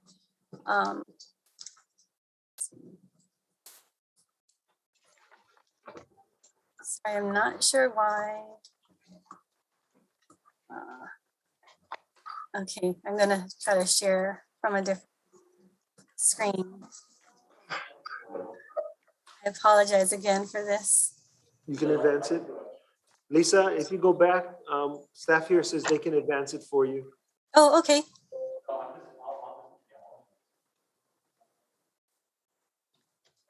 Mahalo nui. Next slide.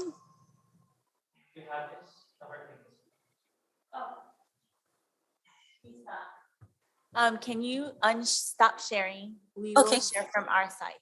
Okay, mahalo.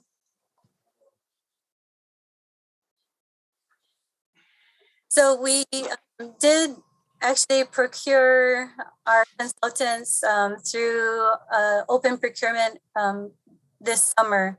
And we also sent that information out to NHO and HBA, our Native Hawaiian organization, and Homestead and Beneficiary Association lists, as well as forwarded that information to DHE staff. But there are no CFED certified federal surveyors who are actually located in Hawaii. So we actually are very fortunate to have found Red Plains Surveying that has both a lot of CFEDS experience as well as experience in surveying native trust lands. And so their heart is really in helping us to protect our native trust lands. Hey, Lisa, sorry, we were overly optimistic. We can't share it. I try to do my best. So other aspects of both Red Plains Surveying and Dudek are also their commitment to training members of our Native communities in surveying. So Mick Powers at Red Plains Surveying, he trains surveyors in the CFEDs, and they actually offer internships to allow surveyors to get their hours towards the CFEDs licensing. And then with DUDEC, they nationally have a community outreach and engagement program, and have actually engaged with the middle schools in Hawaii, showing students how they operate the UAVs, the drones, to conduct some of the more remote surveying, as well as they offer internships for recently graduated or seniors in high school. So if you grant the right of entry, we'll move forward, and DUDEC will be making those contacts and getting those programs going. I can't remember, Steve can refresh which schools they're reaching out to, the middle school and high schools. I know high schools, they actually have some Kamehameha alumni on staff who have been coordinating with Kamehameha schools, as well as we're looking at Kailua High School. And I forgot to mention for the F4, as well as for the F5, we're also going to host a virtual open house to be able to share information, answer questions from the community, as well as talk about the internship and community engagement programs. So if there aren't any questions on the background of the survey, in your in the submittal packet, we do have the overview maps of the Waimanalo parcels, and we've broken them out into 8 different areas. And those areas are intended to be the sequence in which the survey will be conducted out in the field. And you'll see that the first 4 areas do not touch upon any residential homestead areas. And where it's possible to minimize really entering a lot of individual homestead lots where there's adjacent open space that is under DLNR management, or a larger ag lot that is under Department of Ag management. Our surveyors are going to enter through those areas rather than enter multiple residential lots. But there will still be notification and coordination with those individual homestead lessees. So they're of people being on the other side of their fence in the back, as well as coordination with the general lessees, licensees, and permittees. We know there's also the Waimanalo Kupuna housing, Kamehameha Schools preschool. So we want to make sure that we're notifying and coordinating with them and are sensitive to their schedules and their needs, to also keep their communities and their patrons safe and healthy. And again, we're monitoring the COVID numbers. Fortunately, they've been relatively low in Waimanalo. This morning I checked, it's at 3% positivity with cases in the last 14 days. Their vaccination rates are higher. And again, our federal contractors are required to be vaccinated. And again, happy to report that our surveyors on this project are complying with all federal, state, and local requirements and guidance. Okay. Are there any questions for Lisa? Chair. Yes, go ahead, Dennis. Yeah, Lisa, so thank you for your presentation. You mentioned earlier that you sent out information to homeowner associations. Were those the ones that are federally recognized, or is there another list that you have? The notice of the opportunity to participate in our procurement, we share that with our lists. So we have 2 different notification lists, the NHO or Native Hawaiian Organization list, as well as our HBA, the Homestead and Beneficiary Association list, which I think our office was before you over a year ago presenting on that list, and how we really compiled that in our rulemaking under 43 CFR parts 47 and 48, so that we had a means to consult with beneficiaries on land exchanges, on those amendments to the Hawaiian Homes Commission Act. But we also send out additional information about what we're doing, other federal opportunities. So it's been really our way of getting information out to the communities. Okay, so since the last time we talked, your last presentation, that list must be gigantic. It is not gigantic. I believe we have about 10 currently registered on the Homestead and Beneficiary Association. Okay, so we as commissioners have some work to do. Thank you very much. Chair, just a question for you. These surveys are real important. And I know that Lisa had mentioned that there was some discussion from either Department or Community about the importance of surveys on other islands. This sort of tracks with what we're trying to resolve with Act 14 from 1995. Are we making?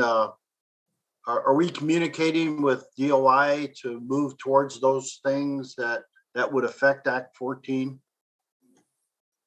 We have been in conversations with DOI regarding Act 14 and the remaining items that need to be resolved. Okay. So, yes. Okay, thank you. Okay, thank you. Other questions, commissioners? Go ahead, Patty. Thank you, real quick. Thank you again, Lisa. As Waimanalo, we look at Waimanalo because we're Nanakuli, but we look at Waimanalo as like our same moku, and that homestead area. We're familiar. We're similar to Nanakuli, Waianae, and Waimanalo. Will the surveys that you folks do determine the numbers for DHHL? Will that provide DHHL after the surveys that they could build more homes after you do these surveys? Does it open it up to provide after your surveys that we have more land that can be available for more homes for residentials, for beneficiaries? Mahalo for that question. It's actually surveying what you currently have. And there is, as Todd mentioned, oftentimes when there are federal programs, the federal agencies look to verify whether specific lands are eligible and meet criteria for different programs. And so that's what Todd was referring to earlier, that there are some statutes that do Hawaiian homelands under definitions of trust lands. And so we would now have a federal authority survey and federal authority data for federal agencies to verify if a project is within those boundaries. Also, we've had some homestead communities that have applied for funding, and they've had to jump through a lot of hoops to kind of tell the story and verify and justify how their homestead area is defined within Hawaiian homeland. So again, with the federal authority data, we'll have a tool for federal agencies to refer to verify that status. So I also wanted to mention that in conjunction with the federal survey project, we have a trust land information system project in which we are designing a system to be able to house that data locally. And in addition to the survey information, we're also tracing back and adding more historical information with the intent to create a story map so someone can see across a time lapse how have come in and gone out of the trust, how the boundaries have changed, as well as click on any point in time and click on a specific parcel and see all of the related documents about past surveys, the legislation that authorized bringing the land into the trust, the land exchange documents that also changed the parcels. So we think that that will be a really helpful system. And we're working with, I should mention that DUDEC worked with the State Office of Planning on the statewide GIS system. So I think on this project, we have a lot of heavy hitters in surveying and helping us to really have a good, robust system. And all of that data also will be available for DHHL to import into its own systems. Okay, yeah, thank you, Lisa, for that. Very important, real quick too. So you mentioned you're working with the state GIS on this, but I think, do you also work with the county level? Because they put up a 5-year sustainable community plans in communities. And so sometimes when communities work with the county putting the sustainable community plan, they're not too familiar of the DHHL land boundaries. So I just wanted to add that in. That is a very instrumental area too, because we renew the sustainable community plan within 5 to 10 years of our MOCUs, in Oahu, with the county level, for development, for open land, for parks, for commercial and stuff like that. So I think it's important the county also step in and understand how the Department of Hawaiian Homes and DOI do these surveys and know what lands are available for development or for sustainability within the community. My real last question is, I was looking at this sheet. So when you have Makapu Beach, Kaupo, Waimanalo Beach, all of these beach adjacent to Waimanalo, because Waimanalo is like God's country. It's beautiful. And there's a lot of open lands owned by DLNR. Okay, and so, and I know Waimanalo is country. They want to leave it country, and I don't blame them. It's such a beautiful area. So are other beach parks, is that DHHL land? Bellows? Who originally? I mean, I'm just curious. I understand from our research that the beach parks actually were transferred to DHHL pursuant to the Act 14 settlement. Bellows is not included. Bellows is still under federal use. Okay. So all those lovely beach parks, Waimanalo Beach Park, Kaiona Beach Park, Makapu is DHHL, but the city is leasing it for commercial use. Is that something that Kahana can help? The city has a license for that, for operation and maintenance. Not for commercial. Okay. Not for commercial use. Oh, no, for community use, right? Park use, community park use. Okay, great. Thank you very much, everyone. Thank you, Mr. Chairman. Thank you, Patty. And Sorry, Lisa, I did. Go ahead. I wanted to respond to Commissioner Turu's mention about the city and county as well. And in this survey process that we are gonna have discussions with the city and county, because there are properties that Honolulu property maps in their records, they claim ownership of certain parcels that we see DHHL ownership. So really a result of this project, we hope, is that we'll have all of the information for all of the respective entities to really update their information with the information that we're able to provide and the kind of the justifications and support for that. Great, good job. Thank you so much. Good job.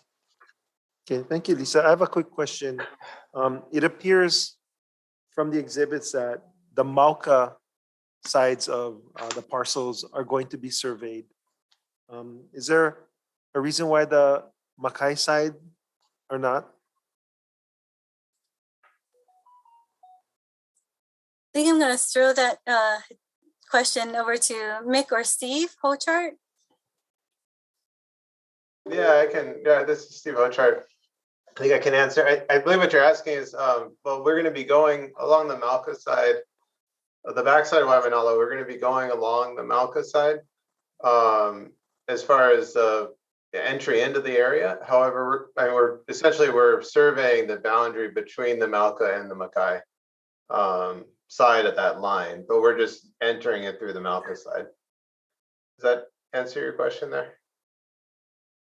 I'm not sure because I didn't hear you say that you were going to be surveying the Makai side. I don't see the dotted blue lines on the Makai side, just the Mauka portion. Yes, Steve, the question I can help to clarify. I think it's for the beach park parcels. There's no survey line along the coastal area. There are only the survey lines along the highway. Oh, right. Okay. So yeah, the Makai side it's defined by the high water mark along the beach. Yeah. So no. So I think that's a good intro here. And Lisa, maybe you got to chime in because I don't believe if these are original lands, I don't believe that the state, the Department of Land and Natural Resources, has any claim on our original lands once they're surveyed. So that's why it's important to understand where the Makai boundaries are, because if the original boundaries as defined by the Hawaiian Homes Commission Act actually goes into submerged lands, I believe that we cannot alienate those lands. Therefore, those submerged lands would still be in our inventory. So I think that's an incorrect assumption. Sure, Ayla. We will need to look at the specific conveyance. As I mentioned, from our research, it appears that these park parcels were transferred to DHHL pursuant to the Act 14 settlement. So we'll need to look at those conveyances to see exactly how the lands were described in those conveyances. Okay, so if there are any, we'll verify. Thank you. If there are any original lands though, can we, in the future, if they're going to be surveyed, make sure that they are surveyed completely, especially on the Makai side? I think that'll be an interesting situation to understand, especially when you start looking at Keaukaha side and some of the other original lands on the neighbor islands. Mahalo, yes, that Chair, that is an issue that we're encountering in the research phase of some other areas, specifically Kauai High, where there does not appear to have been a survey of those coastal properties. And so, no one seems to have any records. It came down to someone at DAG survey telling us, well, the actual acreage for that parcel is probably just a calculated remainder, and it was never surveyed. So we appreciate your reminder that we need to be aware of where the lands designated for Hawaiian homelands is not cut off at the coast. Or is not impacted by rising sea level, because in my opinion, it doesn't become part of the state inventory. It's still ours if it's original lands. Okay. Mahalo. Thank you. Any other questions? Randy, you have your hand up. Yes, thank you, Chair. So I think what you're saying, and I think you're raising, if I'm understanding you correctly, I think you're raising a really good point. So what you're saying is Hawaiian homelands that were surveyed 20, 30, 50 years ago, at one point may not have been eroded away where it became submerged lands. So are you saying that the original boundaries are what's important for us and our inventory, even as a result of coastal erosion, we don't lose claim to those original boundaries that are now submerged lands. Is that what you're saying? Yes, in terms of original lands, Randy. Yeah, okay, so thank you for bringing that up. I think that's a really important question to be asking, and I look forward to the outcome as a result of the federal survey, because that's really, really important. That's all. Thank you. Okay, thank you, Randy. Any other questions? Chair. Yes, Dennis? Yes, so I just wanted a clarification. You mentioned earlier that the beachfront area, all that area that's, I'm looking at Exhibit 2, A2, that's actually Hawaiian homeland, but we have it, but the county's maintaining it. Is that correct? Yes, through a license agreement, yes. Yes. So, but we're not surveying that portion at this point. Just because it's Act 14 settlement lands, it doesn't have the same, my understanding, it doesn't have the same, although it could, we'd have to look at in more detail whether or not the lands become or have the same category as original lands. But for now, those lands, because they're Act 14 settlement lands, they come to us with some boundaries. It's just that they're not being surveyed in this case. Oh, okay. I was just wondering if we're trying to encapsulate all of Hawaiian Homes land, whether it's Act 14 or not, I would think we'd want to at least survey it. Yes, but that's going to be very, very expensive. So yeah. Okay. I agree with you. At some point, yes. Okay, thank you. Thank you, Dennis. Russell? Chair, so the Waimanalo Beach Park property, in theory, we could go and build homes, build residences on that property. If we took it back from the county, but we'd have to be cognizant of rising sea levels, right? And those issues. Yeah, and the question whether our line is the high water mark or those like you were mentioning that came in under the original submerged lands issue, but everything that's near the highway, in theory, we could build responsibly up on stilts and do homesteads in the beach park.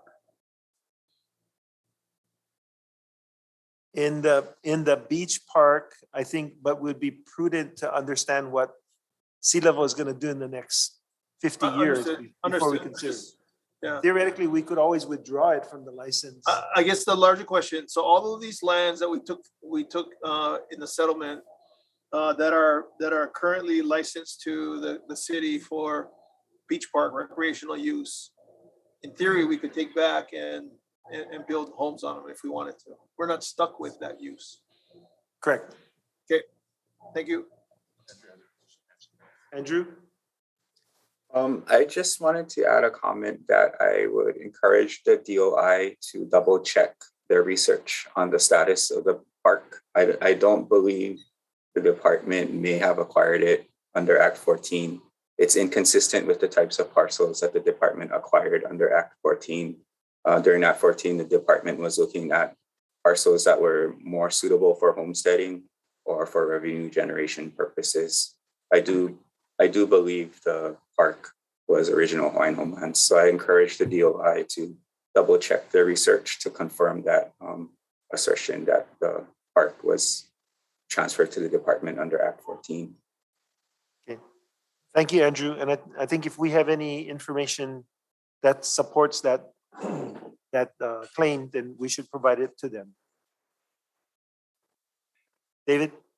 Thank you, Chair. So arguably, if the original lands contain submerged lands, arguably we could lease those lands out for aquaculture, and that's something that was kind of taken away, right, when they did away with the piscary issue. But arguably, you could. So I think we should get. Do we have an opinion on that from anyone? Not yet, as Yeah, we we should, haven't asked for one, but we certainly could. yeah, we probably should, because it would open up, different alternatives, especially going forward.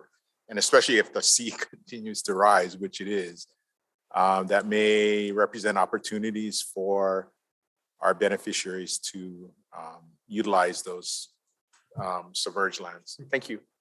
Okay, thank you for that suggestion. Randy, you still have your hand up? Yeah, so thank you, Chair. So to David's point, as an example, to the right of Kaiona Park, there are some young Native Hawaiians who have learned about fish pond restoration that are restoring the walls to a pond that used to be for honu. When we were kids, we saw the ruins of the pond, which wasn't, most of it was submerged, the walls. And we only knew it as Glover's Pond. And it was a big mystery to us as kids. What was the purpose of that pond? Because we knew it was built by Hawaiians. But now we have young adults who have learned about fish pond restoration, now taking an active role in resurrecting those walls. And it's looking really beautiful. And so it does bring to mind for me, are those submerged lands formerly with DHHL? And if so, it would create the possibility of us exercising some control over that and supporting our young Native Hawaiians, especially from the Waimanalo area, to continue the kind of work that they are doing. So just a thought. Thank you. Thank you, Randy. And in addition to like potential fish pond restoration, I mean, just limo restoration and some of these other opportunities to allow these young adults to connect not only to the Aina, but also to the Kai, right? So we always think about the Aina, but homesteaders were actually great aquaculturists and fishermen too. So thank you. Dennis? Yeah, I'd just like to make another comment about what Commissioner Woe had mentioned in our restoration of the Makai areas here in Anahola. We found evidence of fish ponds that actually in a bay. So it's really important that whatever surveying we do in Anahola or in Kauai, that we investigate those areas that are on the beach area. We also have a limo restoration here. We use the whole bay. So it's really important that those rights are kept in the hands of our Native people. Thank you. Thank you, Dennis. Patty? Thank you, Mr. Chair. Just for this, can I go back to like Nanakuli? So when we talk about sea level rise, in Nanakuli especially, we have, I don't know if you surveyed, Lisa, the Kaivaona Naha'au School. It's on Makai side. It's one of the only DHHL schools that are on the Makai side, right next to the ocean. And so we also have a few Nanakuli homes that are right on Makai. And so with the sea level rise, I'm kind of curious because in 2017, the county moved these sea level rise lines way above up to 3rd Road past the fire station. And so when you do the surveys, do you look at that sea level rise that was moved up further up from the homestead? Only because I guess eventually we're going to discuss is that what happens in the years to come when the sea level rises up to where the county line is now that they propose, and what happens to all our homesteaders that are on the ocean side Makai? That's a very good question. We're already facing that on the island of Molokai. So I'm not sure what the line that you're talking about, if that's the new tsunami inundation zone. Correct. Or whether that's the, the 50-year projection and the 100-year projection for sea level rise. Fortunately, the school and some of the homesteaders that are along the beach near Zubland are on a little higher elevation. So we would actually have to, I think, contract somebody to come up with a more precise estimate of where sea level is going to be after the rise. Well, and I think it's important because the existing school now, the original school that was there was moved across the street due to the sea level rise. And then they put another school back in there. So I don't understand that part. That's another chapter, you know, and so I don't understand. But sea level rise is important, and it is something that we need to talk about. We need to pre-plan. A lot of our homesteads along the Makai side will be affected from Nanakuli to Waimanalo, and other islands, you know. But I was just curious on the and coastal erosion. You know, that's another discussion that we should look at and put funding into and prepare, because you know, I don't know what's going to happen with the homesteads, that are on Makai. But it was just a comment, and you know, future comment, future discussion, and I appreciate it. Thank you, Mr. Chairman. All right, thank you, Patty. Any other questions, commissioners? If not, all those in favor of agenda item F5, please say aye. Aye. Aye. Does anyone oppose? Okay, seeing none, the motion carries. We will go into a recess Thank you, Commissioners. for about 15 minutes and then come back. Thank you.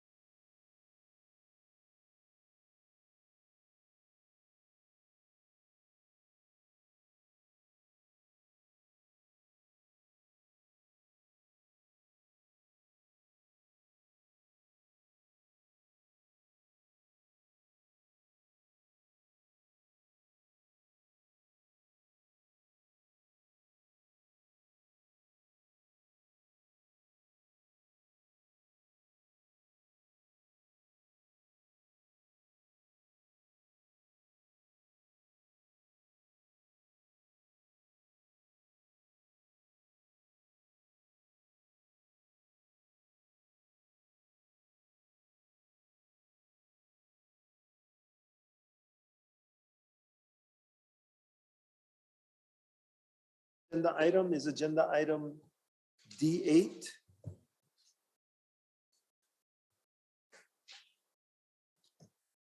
Good morning, One. Commissioners.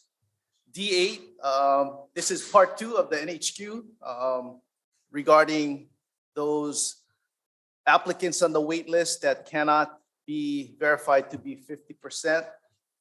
So D8 is to approve the cancellation of applications from the application waiting list due to the Native Hawaiian qualification. Again, the department has been unable to verify the following applicants' Native Hawaiian blood quantum requirement per the Hawaiian Homes Commission Act as amended. With that, I'm going to turn it over to Nicole Bell, the Applications Branch Supervisor. Before you do so, I'm going to ask for a motion to consider staff recommendation. So move. Commission members? Okay, thank you. Go ahead. Good morning, Commissioners. Nicole Bell, Applications Branch Supervisor. I've prepared the detailed analysis for you folks. And so if there's anything we'd like to discuss, we will need to go into exec session.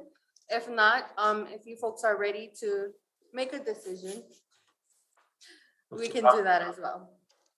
Nicole, this is Randy. I do have some questions that I think require we go into exec session.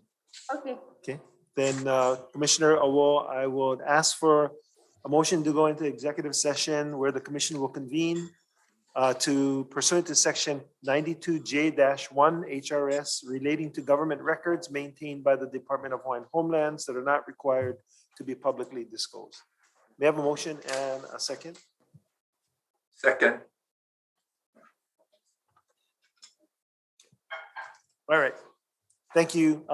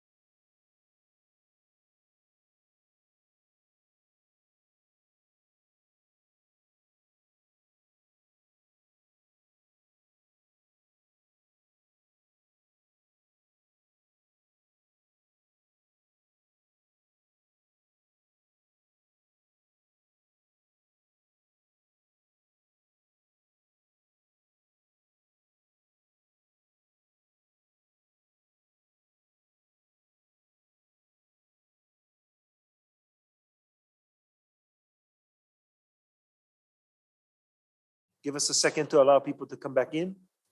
Executive session is over. Short recess.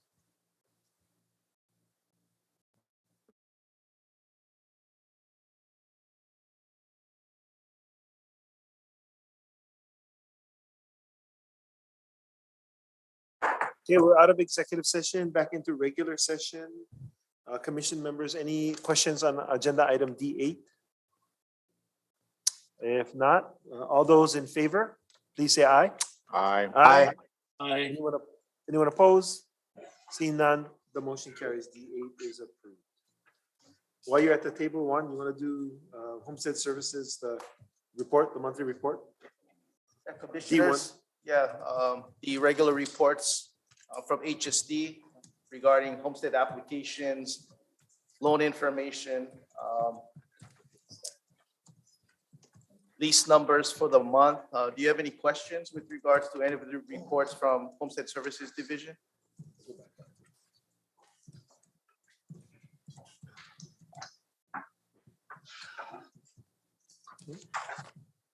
There are no questions. Thank you, Juan. Thank you, commissioners. Okay, commissioners, I prematurely exited executive session. I'm sorry, I'm gonna have to ask you to go back in because there are 3 more items that need to be discussed. So I will entertain a motion to go into an executive session pursuant to section 92-5 subsection A subsection 4 Hawaii Revised Statutes to consult with its attorney on questions and issues pertaining to the commission's powers, duties, privileges, immunities, and liabilities. May I please have that motion? So move. Second. Moved and seconded. All those in favor say aye. Aye. Aye. Anyone opposed? Seeing none, the motion carries and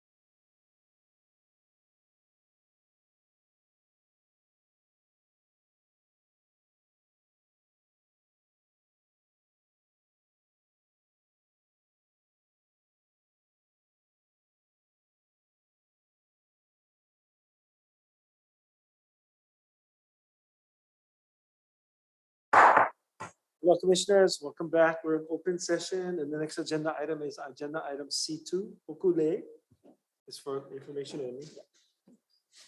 Aloha Commissioners, Hokule Lindsay, Administrative Rules Officer for the Department of Hawaiian Homelands. This is item number C2. It's for information only, a report on the public hearing for administrative rules on supplemental dwelling units.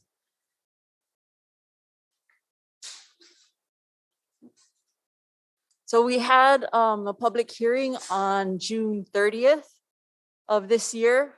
It was held virtually. We had about 14 or 15 participants on that meeting.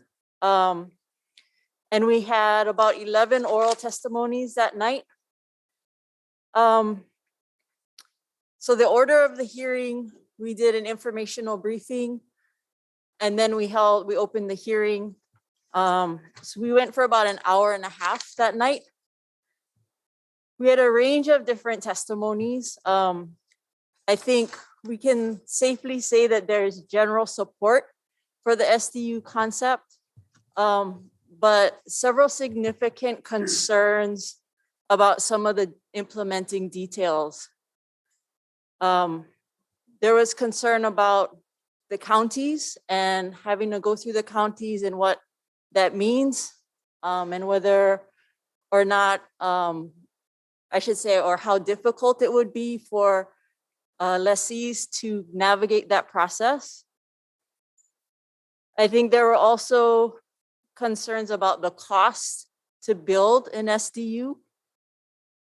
And then there were also related concerns about the cost to own and maintain that SDU, particularly if it's being rented out. There were some concerns about tax, income tax, as well as property tax issues. And then enforcement concerns were also kind of a theme that I think came out of the public hearings. We also solicited comments from the counties. We received comments from 3 counties, Hawaii County, Maui County, and Kauai County. All were generally supportive. Staff is currently working on some of the issues that were brought up by Maui County.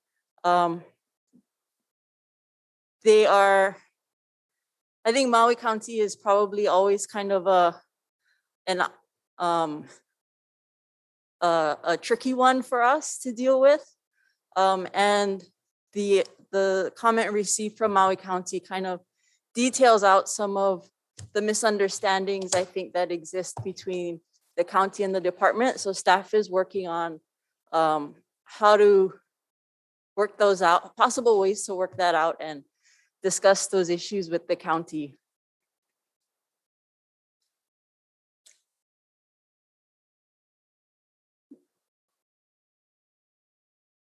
So if there are any questions. Commissioners, questions for Hokule?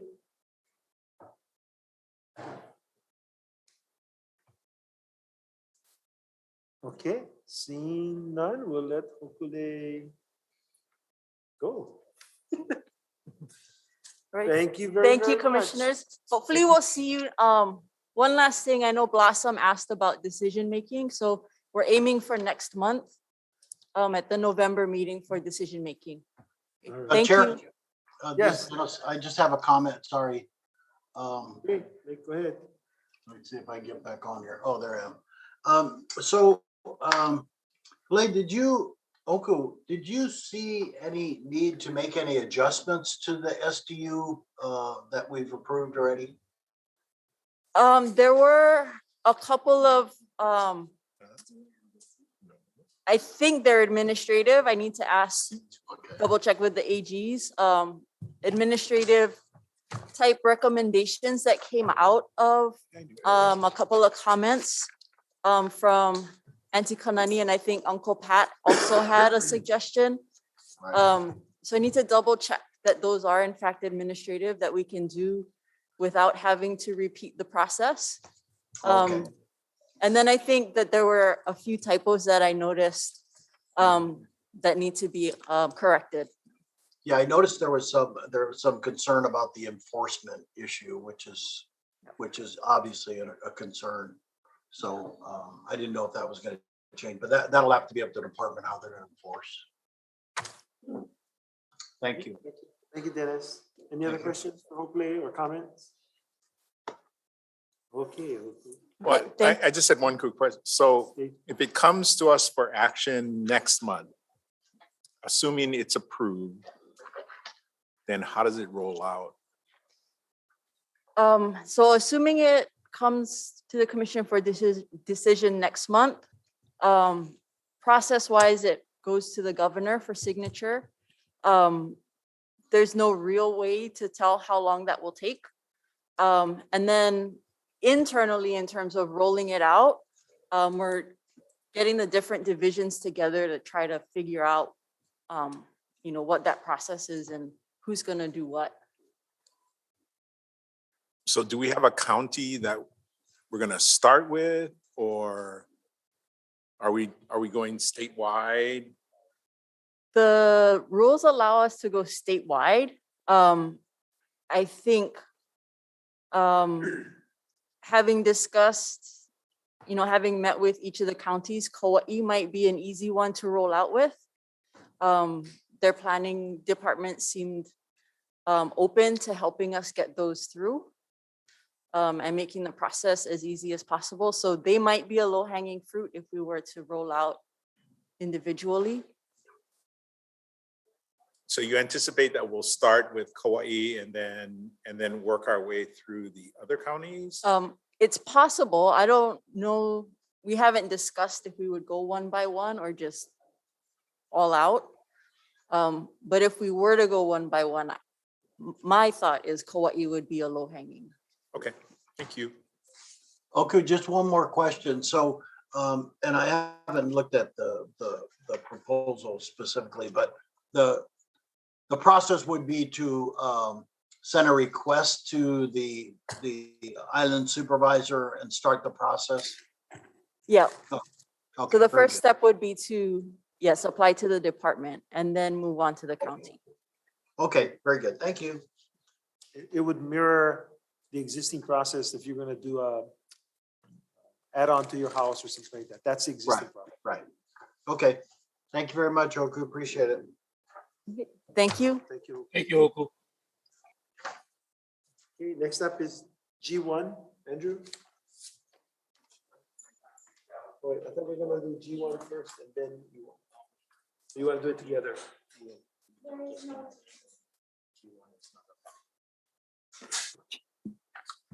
All right, change plans, E1. Not G1? Yes, I stand corrected. E1, sorry. Hello, Commissioners. Good afternoon. Stuart Matsunaga, Acting Administrator for Land Development Division.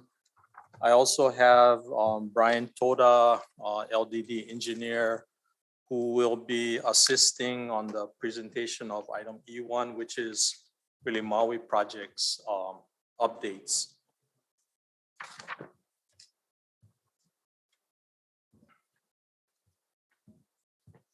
Okay, so I'll be taking on the first part of the project updates. And so if I can have the next slide.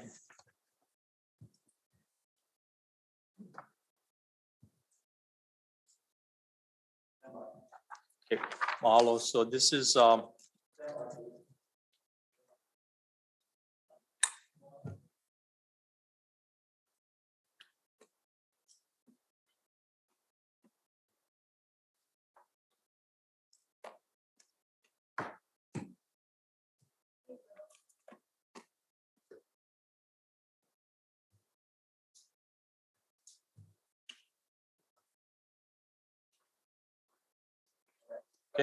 okay, mahalo.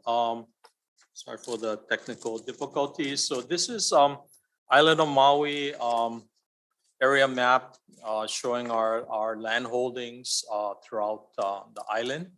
Okay, next. Okay, first project for discussion would be Honokowai and the villages of Leali'i. For Honokowai on the left side of the screen, LDD right now is working on a draft EA to be brought to the commission in the next 1 or 2 months, and it deals with the Honokowai water system, which involves the development of the new DHHL well that's shown as number 1 on the slide. From that point, the water would be brought Makai and then across the Honokowai Gulch into the new mixing tank. And then also the water system would involve items number 4 and 5 on the right side of the slide. This would be, number 5 would be a new 1.5 million gallon water tank to service villages of Leali'i 1B. Next slide, please. So Leali'i 1B is currently in design. We're bifurcating Leali'i 1B into 2 phases. The first phase of 82 single-family lots would be located within the 130-foot elevation to take advantage of the existing water pressure. As I mentioned earlier, there's a new water tank that will be built, and that would be located at a higher elevation in order to service the upper lots in Village 1B. So the total potential for Village 1B would be up to 250 lots. Initially, the conceptual plan was looking at rather smaller lots in 1B, but given the current topography and drainage requirements by the County of Maui, we're looking at larger lots and larger areas for drainage detention basins. Initially, we also considered multifamily lots near the Lahaina Civic Center, but the cost for development because of the topography was going to be really extremely high. So we opted to return back to the original plan for single family units. Okay. Currently, we have legislative appropriation for $9 million to make improvements to the Honopi'ilani Highway and the Leali'i Parkway that's shown in that yellow shaded area. This is a requirement to provide the ingress and egress into Village 1B. Okay, next slide, please. Pu'unani Homestead subdivision is 47.4 acres and is being designed for 161 single-family lots, of which 137 are planned for turnkey and 24 for vacant lots. Where we are right now in the process is we are in design phase. We recently had a requirement for additional water storage for the subdivision. So we are in negotiation with the county for that water storage requirement, as well as trying to secure the source requirements for this project.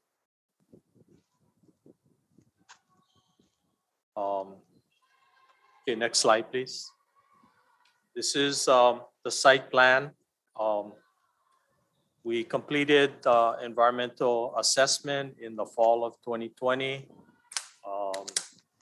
We're negotiating water source and storage currently, and we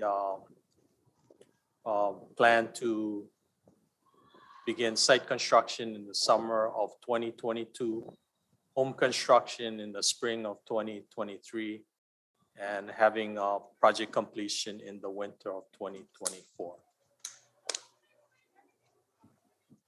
Okay, next slide, please. Okay, for Pulehunui, I'll take this one. Pulehunui Regional Infrastructure Master Plan was completed at the end of 2019. We received legislative appropriations for planning, design, and construction for wastewater system. The initial plan was to provide a private wastewater treatment facility that would be operated by the state. During that time of design, then County of Maui had changed their plans to provide a new wastewater treatment plant in Waikapu. And so the designs were changed to route our wastewater as well as all the wastewater from various state projects to Waikapu instead of to Pulehunui properties. Again, the county revised their location of the new wastewater treatment plant in Waikapu, and so additional funding is going to be required to provide additional transmission and construction of a R1 water line back to DHHL's Pulehunui properties.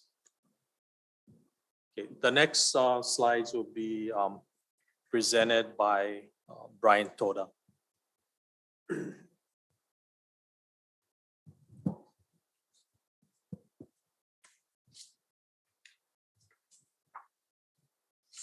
Aloha Commissioners, Brian Toda with the Land Development Division. This next slide shows the overall aerial photo of the Kula Waihuli Keoheo development. And the next phase that we're working right now, yeah, you can go ahead to the next slide, will be the residential subdivisions at Keokeo Waihuli. If you look on the color-coded map here, phase 2A on the right upper side, that development has been designed and contract awarded to Mirror Image Construction.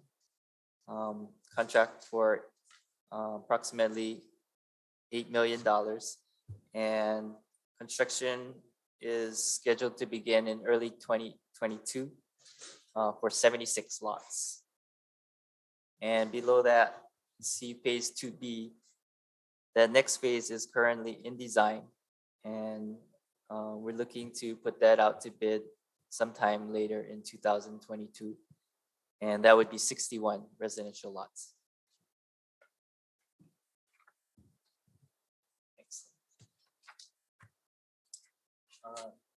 Next area for review is in Kahiki Nui.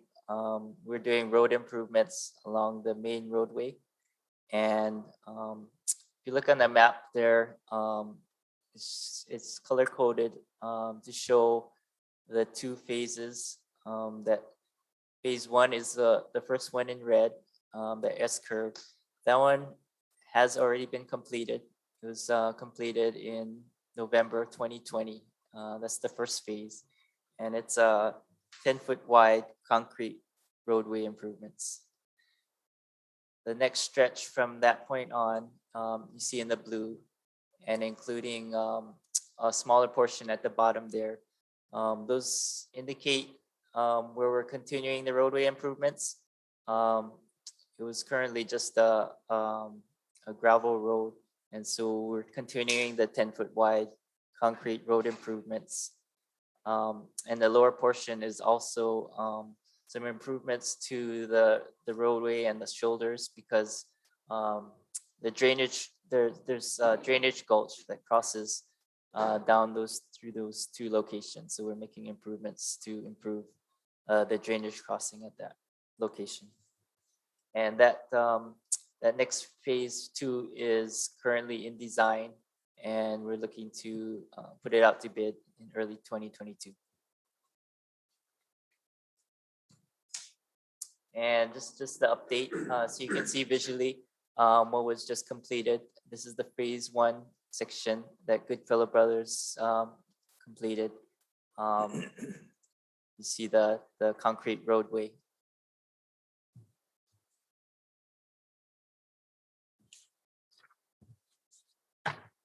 Commissioners, that concludes our discussion of LDD project updates. So we're available for any questions you might have. Any questions for Stuart? Yeah, Chair. Yes. Yeah, Zachary? Stuart, that road, that development for that Kahikinui Road, how long of a road will it be? You know, how many more? You know, you said that you got the Kahikinui. How long more is that road? The current improvements are approximately 2,000 linear feet. It really depends upon how, I guess, steep the road is or the condition of the existing road, because there's a lot of drainage gulches that go through this area. So the first phase was 2,300 linear feet. And the second phase is approximately 1,600 linear feet. The road condition gets worse as we go higher up the hill there. And so these increments approximate $1 million of improvements. And this was approved by commission back in June of this year. Thank you, Stuart. Okay, thank you. Randy? Aloha, Stuart. Mahalo to you and your team for continuing to engage and support these really important projects for Maui. I wanted to go to the Honokawai project, the water system that's being developed. And I know that's been an ongoing issue for several years now. So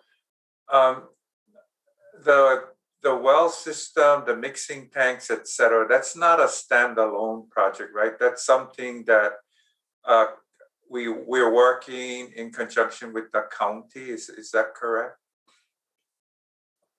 This particular project is tied in to the county system. Okay. The long-term intent is to develop the well and the transmission and to turn it over to the county for maintenance and operations. The well itself sits on DLNR land. And so we're working with DLNR on that, the disposition as well as the construction of the site and access into state properties on, at the well site. The transmission line does traverse down and up of Honokawai Valley, which is Ka'anapali land management land. And so we are working with KLMC regarding the right of entry, as well as the conducting the various topographic, geotechnical, the archaeological, flora, fauna, and stream information with Ka'anapali land management.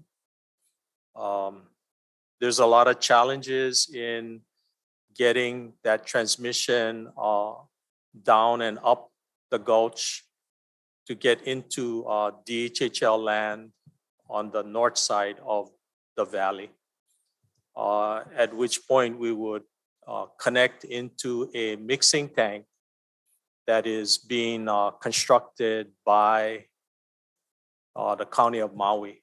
So they have their wells as well, new wells, as well as the Mahina surface water treatment water going into that mixing tank. So it mixes DHHL water and stream water, as well as county well water.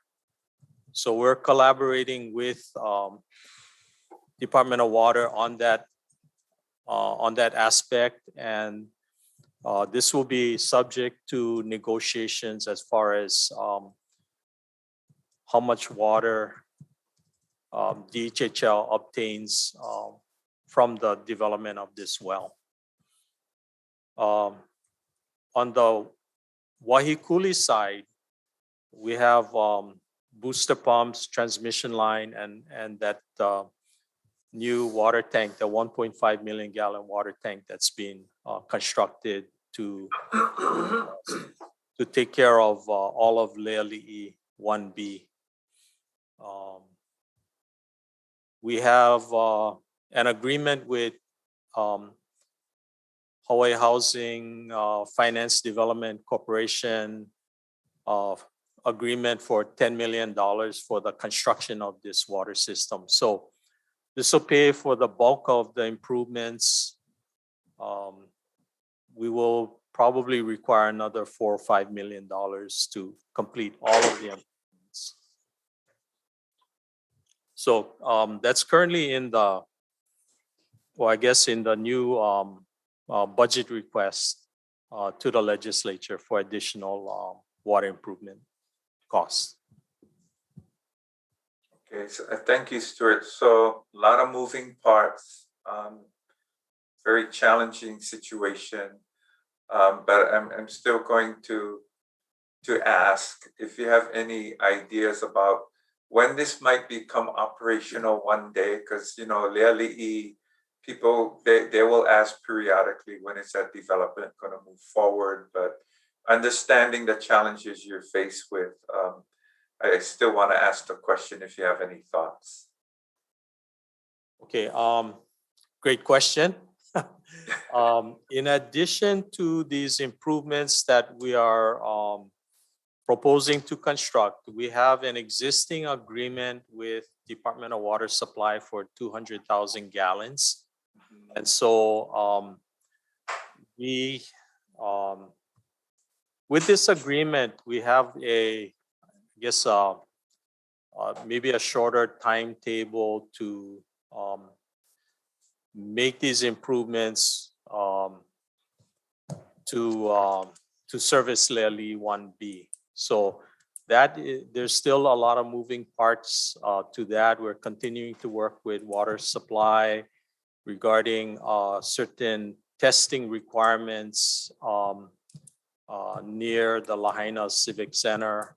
And so these are some operational kinds of requirements and that we continue to work with Department of Water Supply. So I'm kind of hedging because there are a lot of moving parts yet.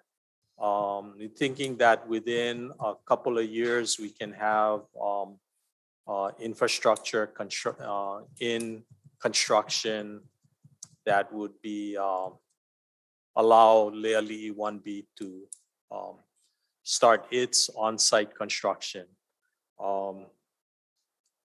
Besides the water, there are the highway improvements and the Civic Center improvements through the parkway, the Leali'i Parkway, which was a requirement of transfer agreement with HHFTC when we received the lands back in the mid 2000s.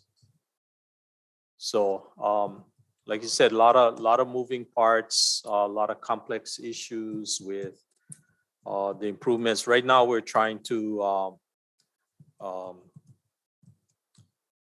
I guess, move forward with the draft environmental assessment on the water system, which will be coming to the commission by the end of the year. We also have a draft environmental assessment for Leali'i and the highway improvements. So early consultation letters went out on that last month. So there is progress on moving that along. We've already started preliminary design work on the first 82 lots in 1B. I'm thinking that based on all of that, and with the funding that we have, and that with the funding that we continue to require, I'm thinking 2 to 3 years still yet before we can get Leali'i 1B in construction and then occupied. Okay, thank you, Stuart. That's very helpful. And then my final question, Pu'unani, the water situation is such that you're able to give a completion date. I think that's what I heard or saw. Is that correct? A potential completion date? Yeah, we had a completion date on that. That continues again, moving parts there with water source and water storage. So we are planning meetings with the mayor shortly to resolve the water source issue. The water storage will be more challenging because there's new requirements for that. Okay. Okay, thank you, Stuart. That's all I have. And Randy, I would only add that, part of the hedging on Stuart's part is the last two, the water source and the water storage, was not something that we had been planning for. It was something that was given to us recently, I would say. And so now we have to scramble and look for storage and source. We thought source would become available once the Commission on Water Resources upped the allocation for the Nawaiʻeha area. But the mayor took that allocation and is holding it for someplace else. That's why we're meeting with him, because I think we share the same goals that the mayor has. So hopefully we'll get that cleared up, and then there's some alternatives for the water storage that Stuart is exploring. Okay, thank you, William. That's very helpful. So a recent revelation then for Pu'unani. Okay, thank you. Okay, thank you. Other commissioners? Okay, thank you, Stuart and Brian. Mahalo, commissioners. Thank you, Stuart. Mahalo, Stuart. Thank you, Stuart.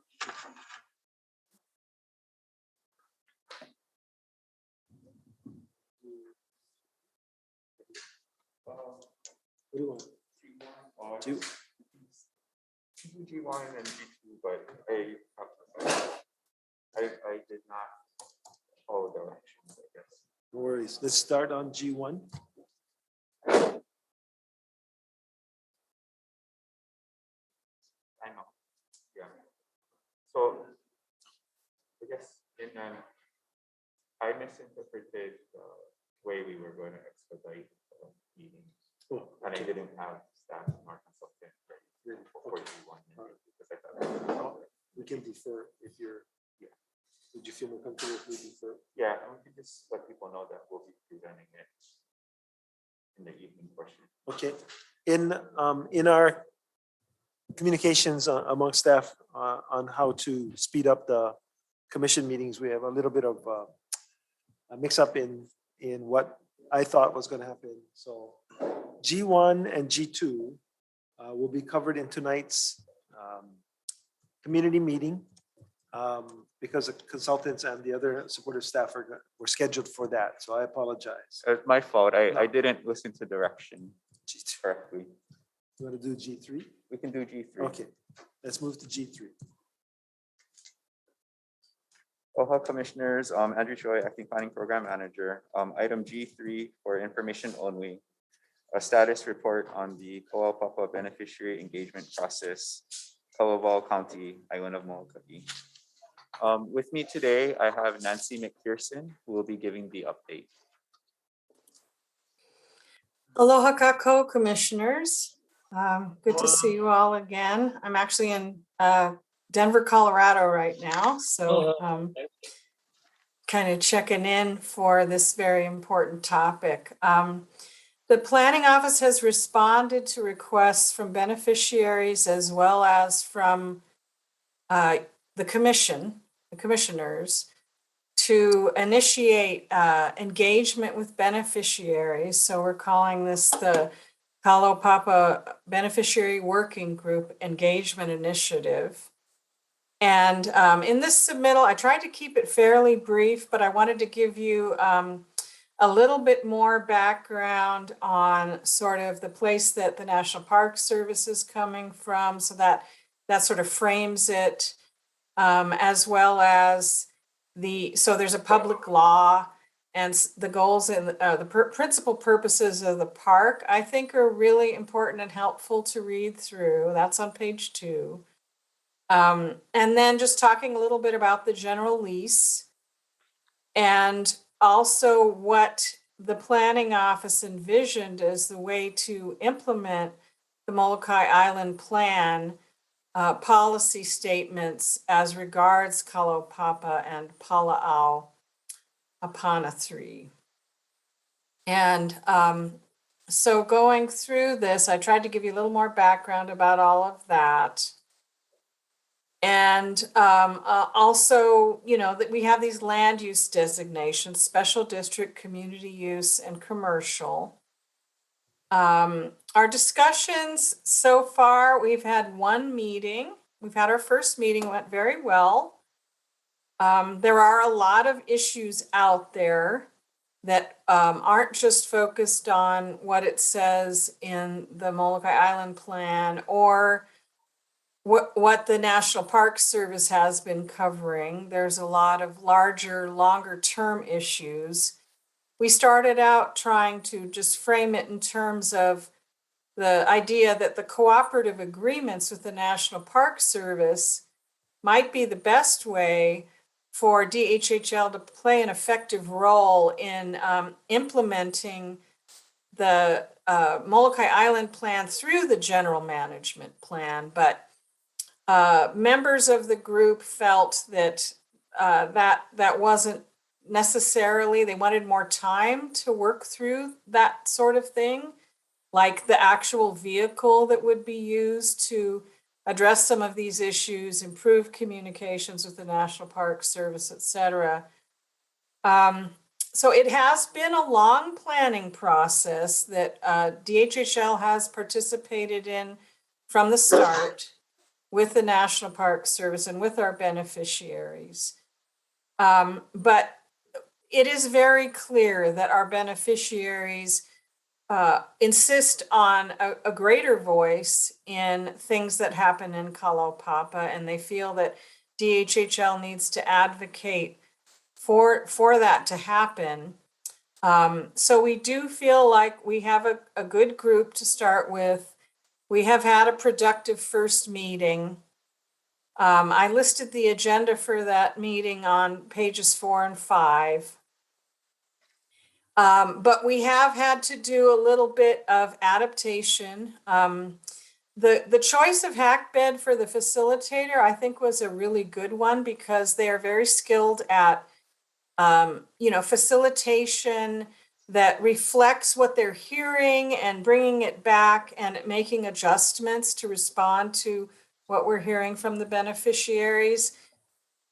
So while I included the schedule of the two first series of meetings, you know, when you look, so at the bottom of page 5, we have the graphic that shows what we anticipated for the first 3 meetings. We think it is quite likely that we will need meeting 3 to get through all of this and get to a more solid place. And then the second series of meetings, you know, that's sort of still to be decided. We still want to keep the cooperative agreements as a topic on the table, but we realize that we need to look at, you know, some other examples, explore some other, you know, possible avenues for engagement. And, you know, we're looking at some examples of how the National Park Service interacts with Native peoples on the mainland, you know, and there are several examples. And, you know, so we're hoping to bring some of that information into these meetings. There are, you know, right now we have a Secretary of the Interior that's a Native woman. We have the head, I don't know if he's been confirmed yet, but the head of the National Park Service is Native American. And so, you know, I believe that they are listening and that they will be very interested when the time is right in hearing what our beneficiaries have to say and engaging on a much more receptive, you know, responsive, higher level of engagement. So we're hoping that these meetings will play a big role in raising the bar for interactions between the National Park Service in Kalaupapa and our beneficiaries. So I'm happy to answer any questions that you may have. Commissioners, questions? Nancy? Chair. Go ahead, Zach. Go ahead, Zach. So Nancy, when do you think we're going to meet with the community? How soon on this issue?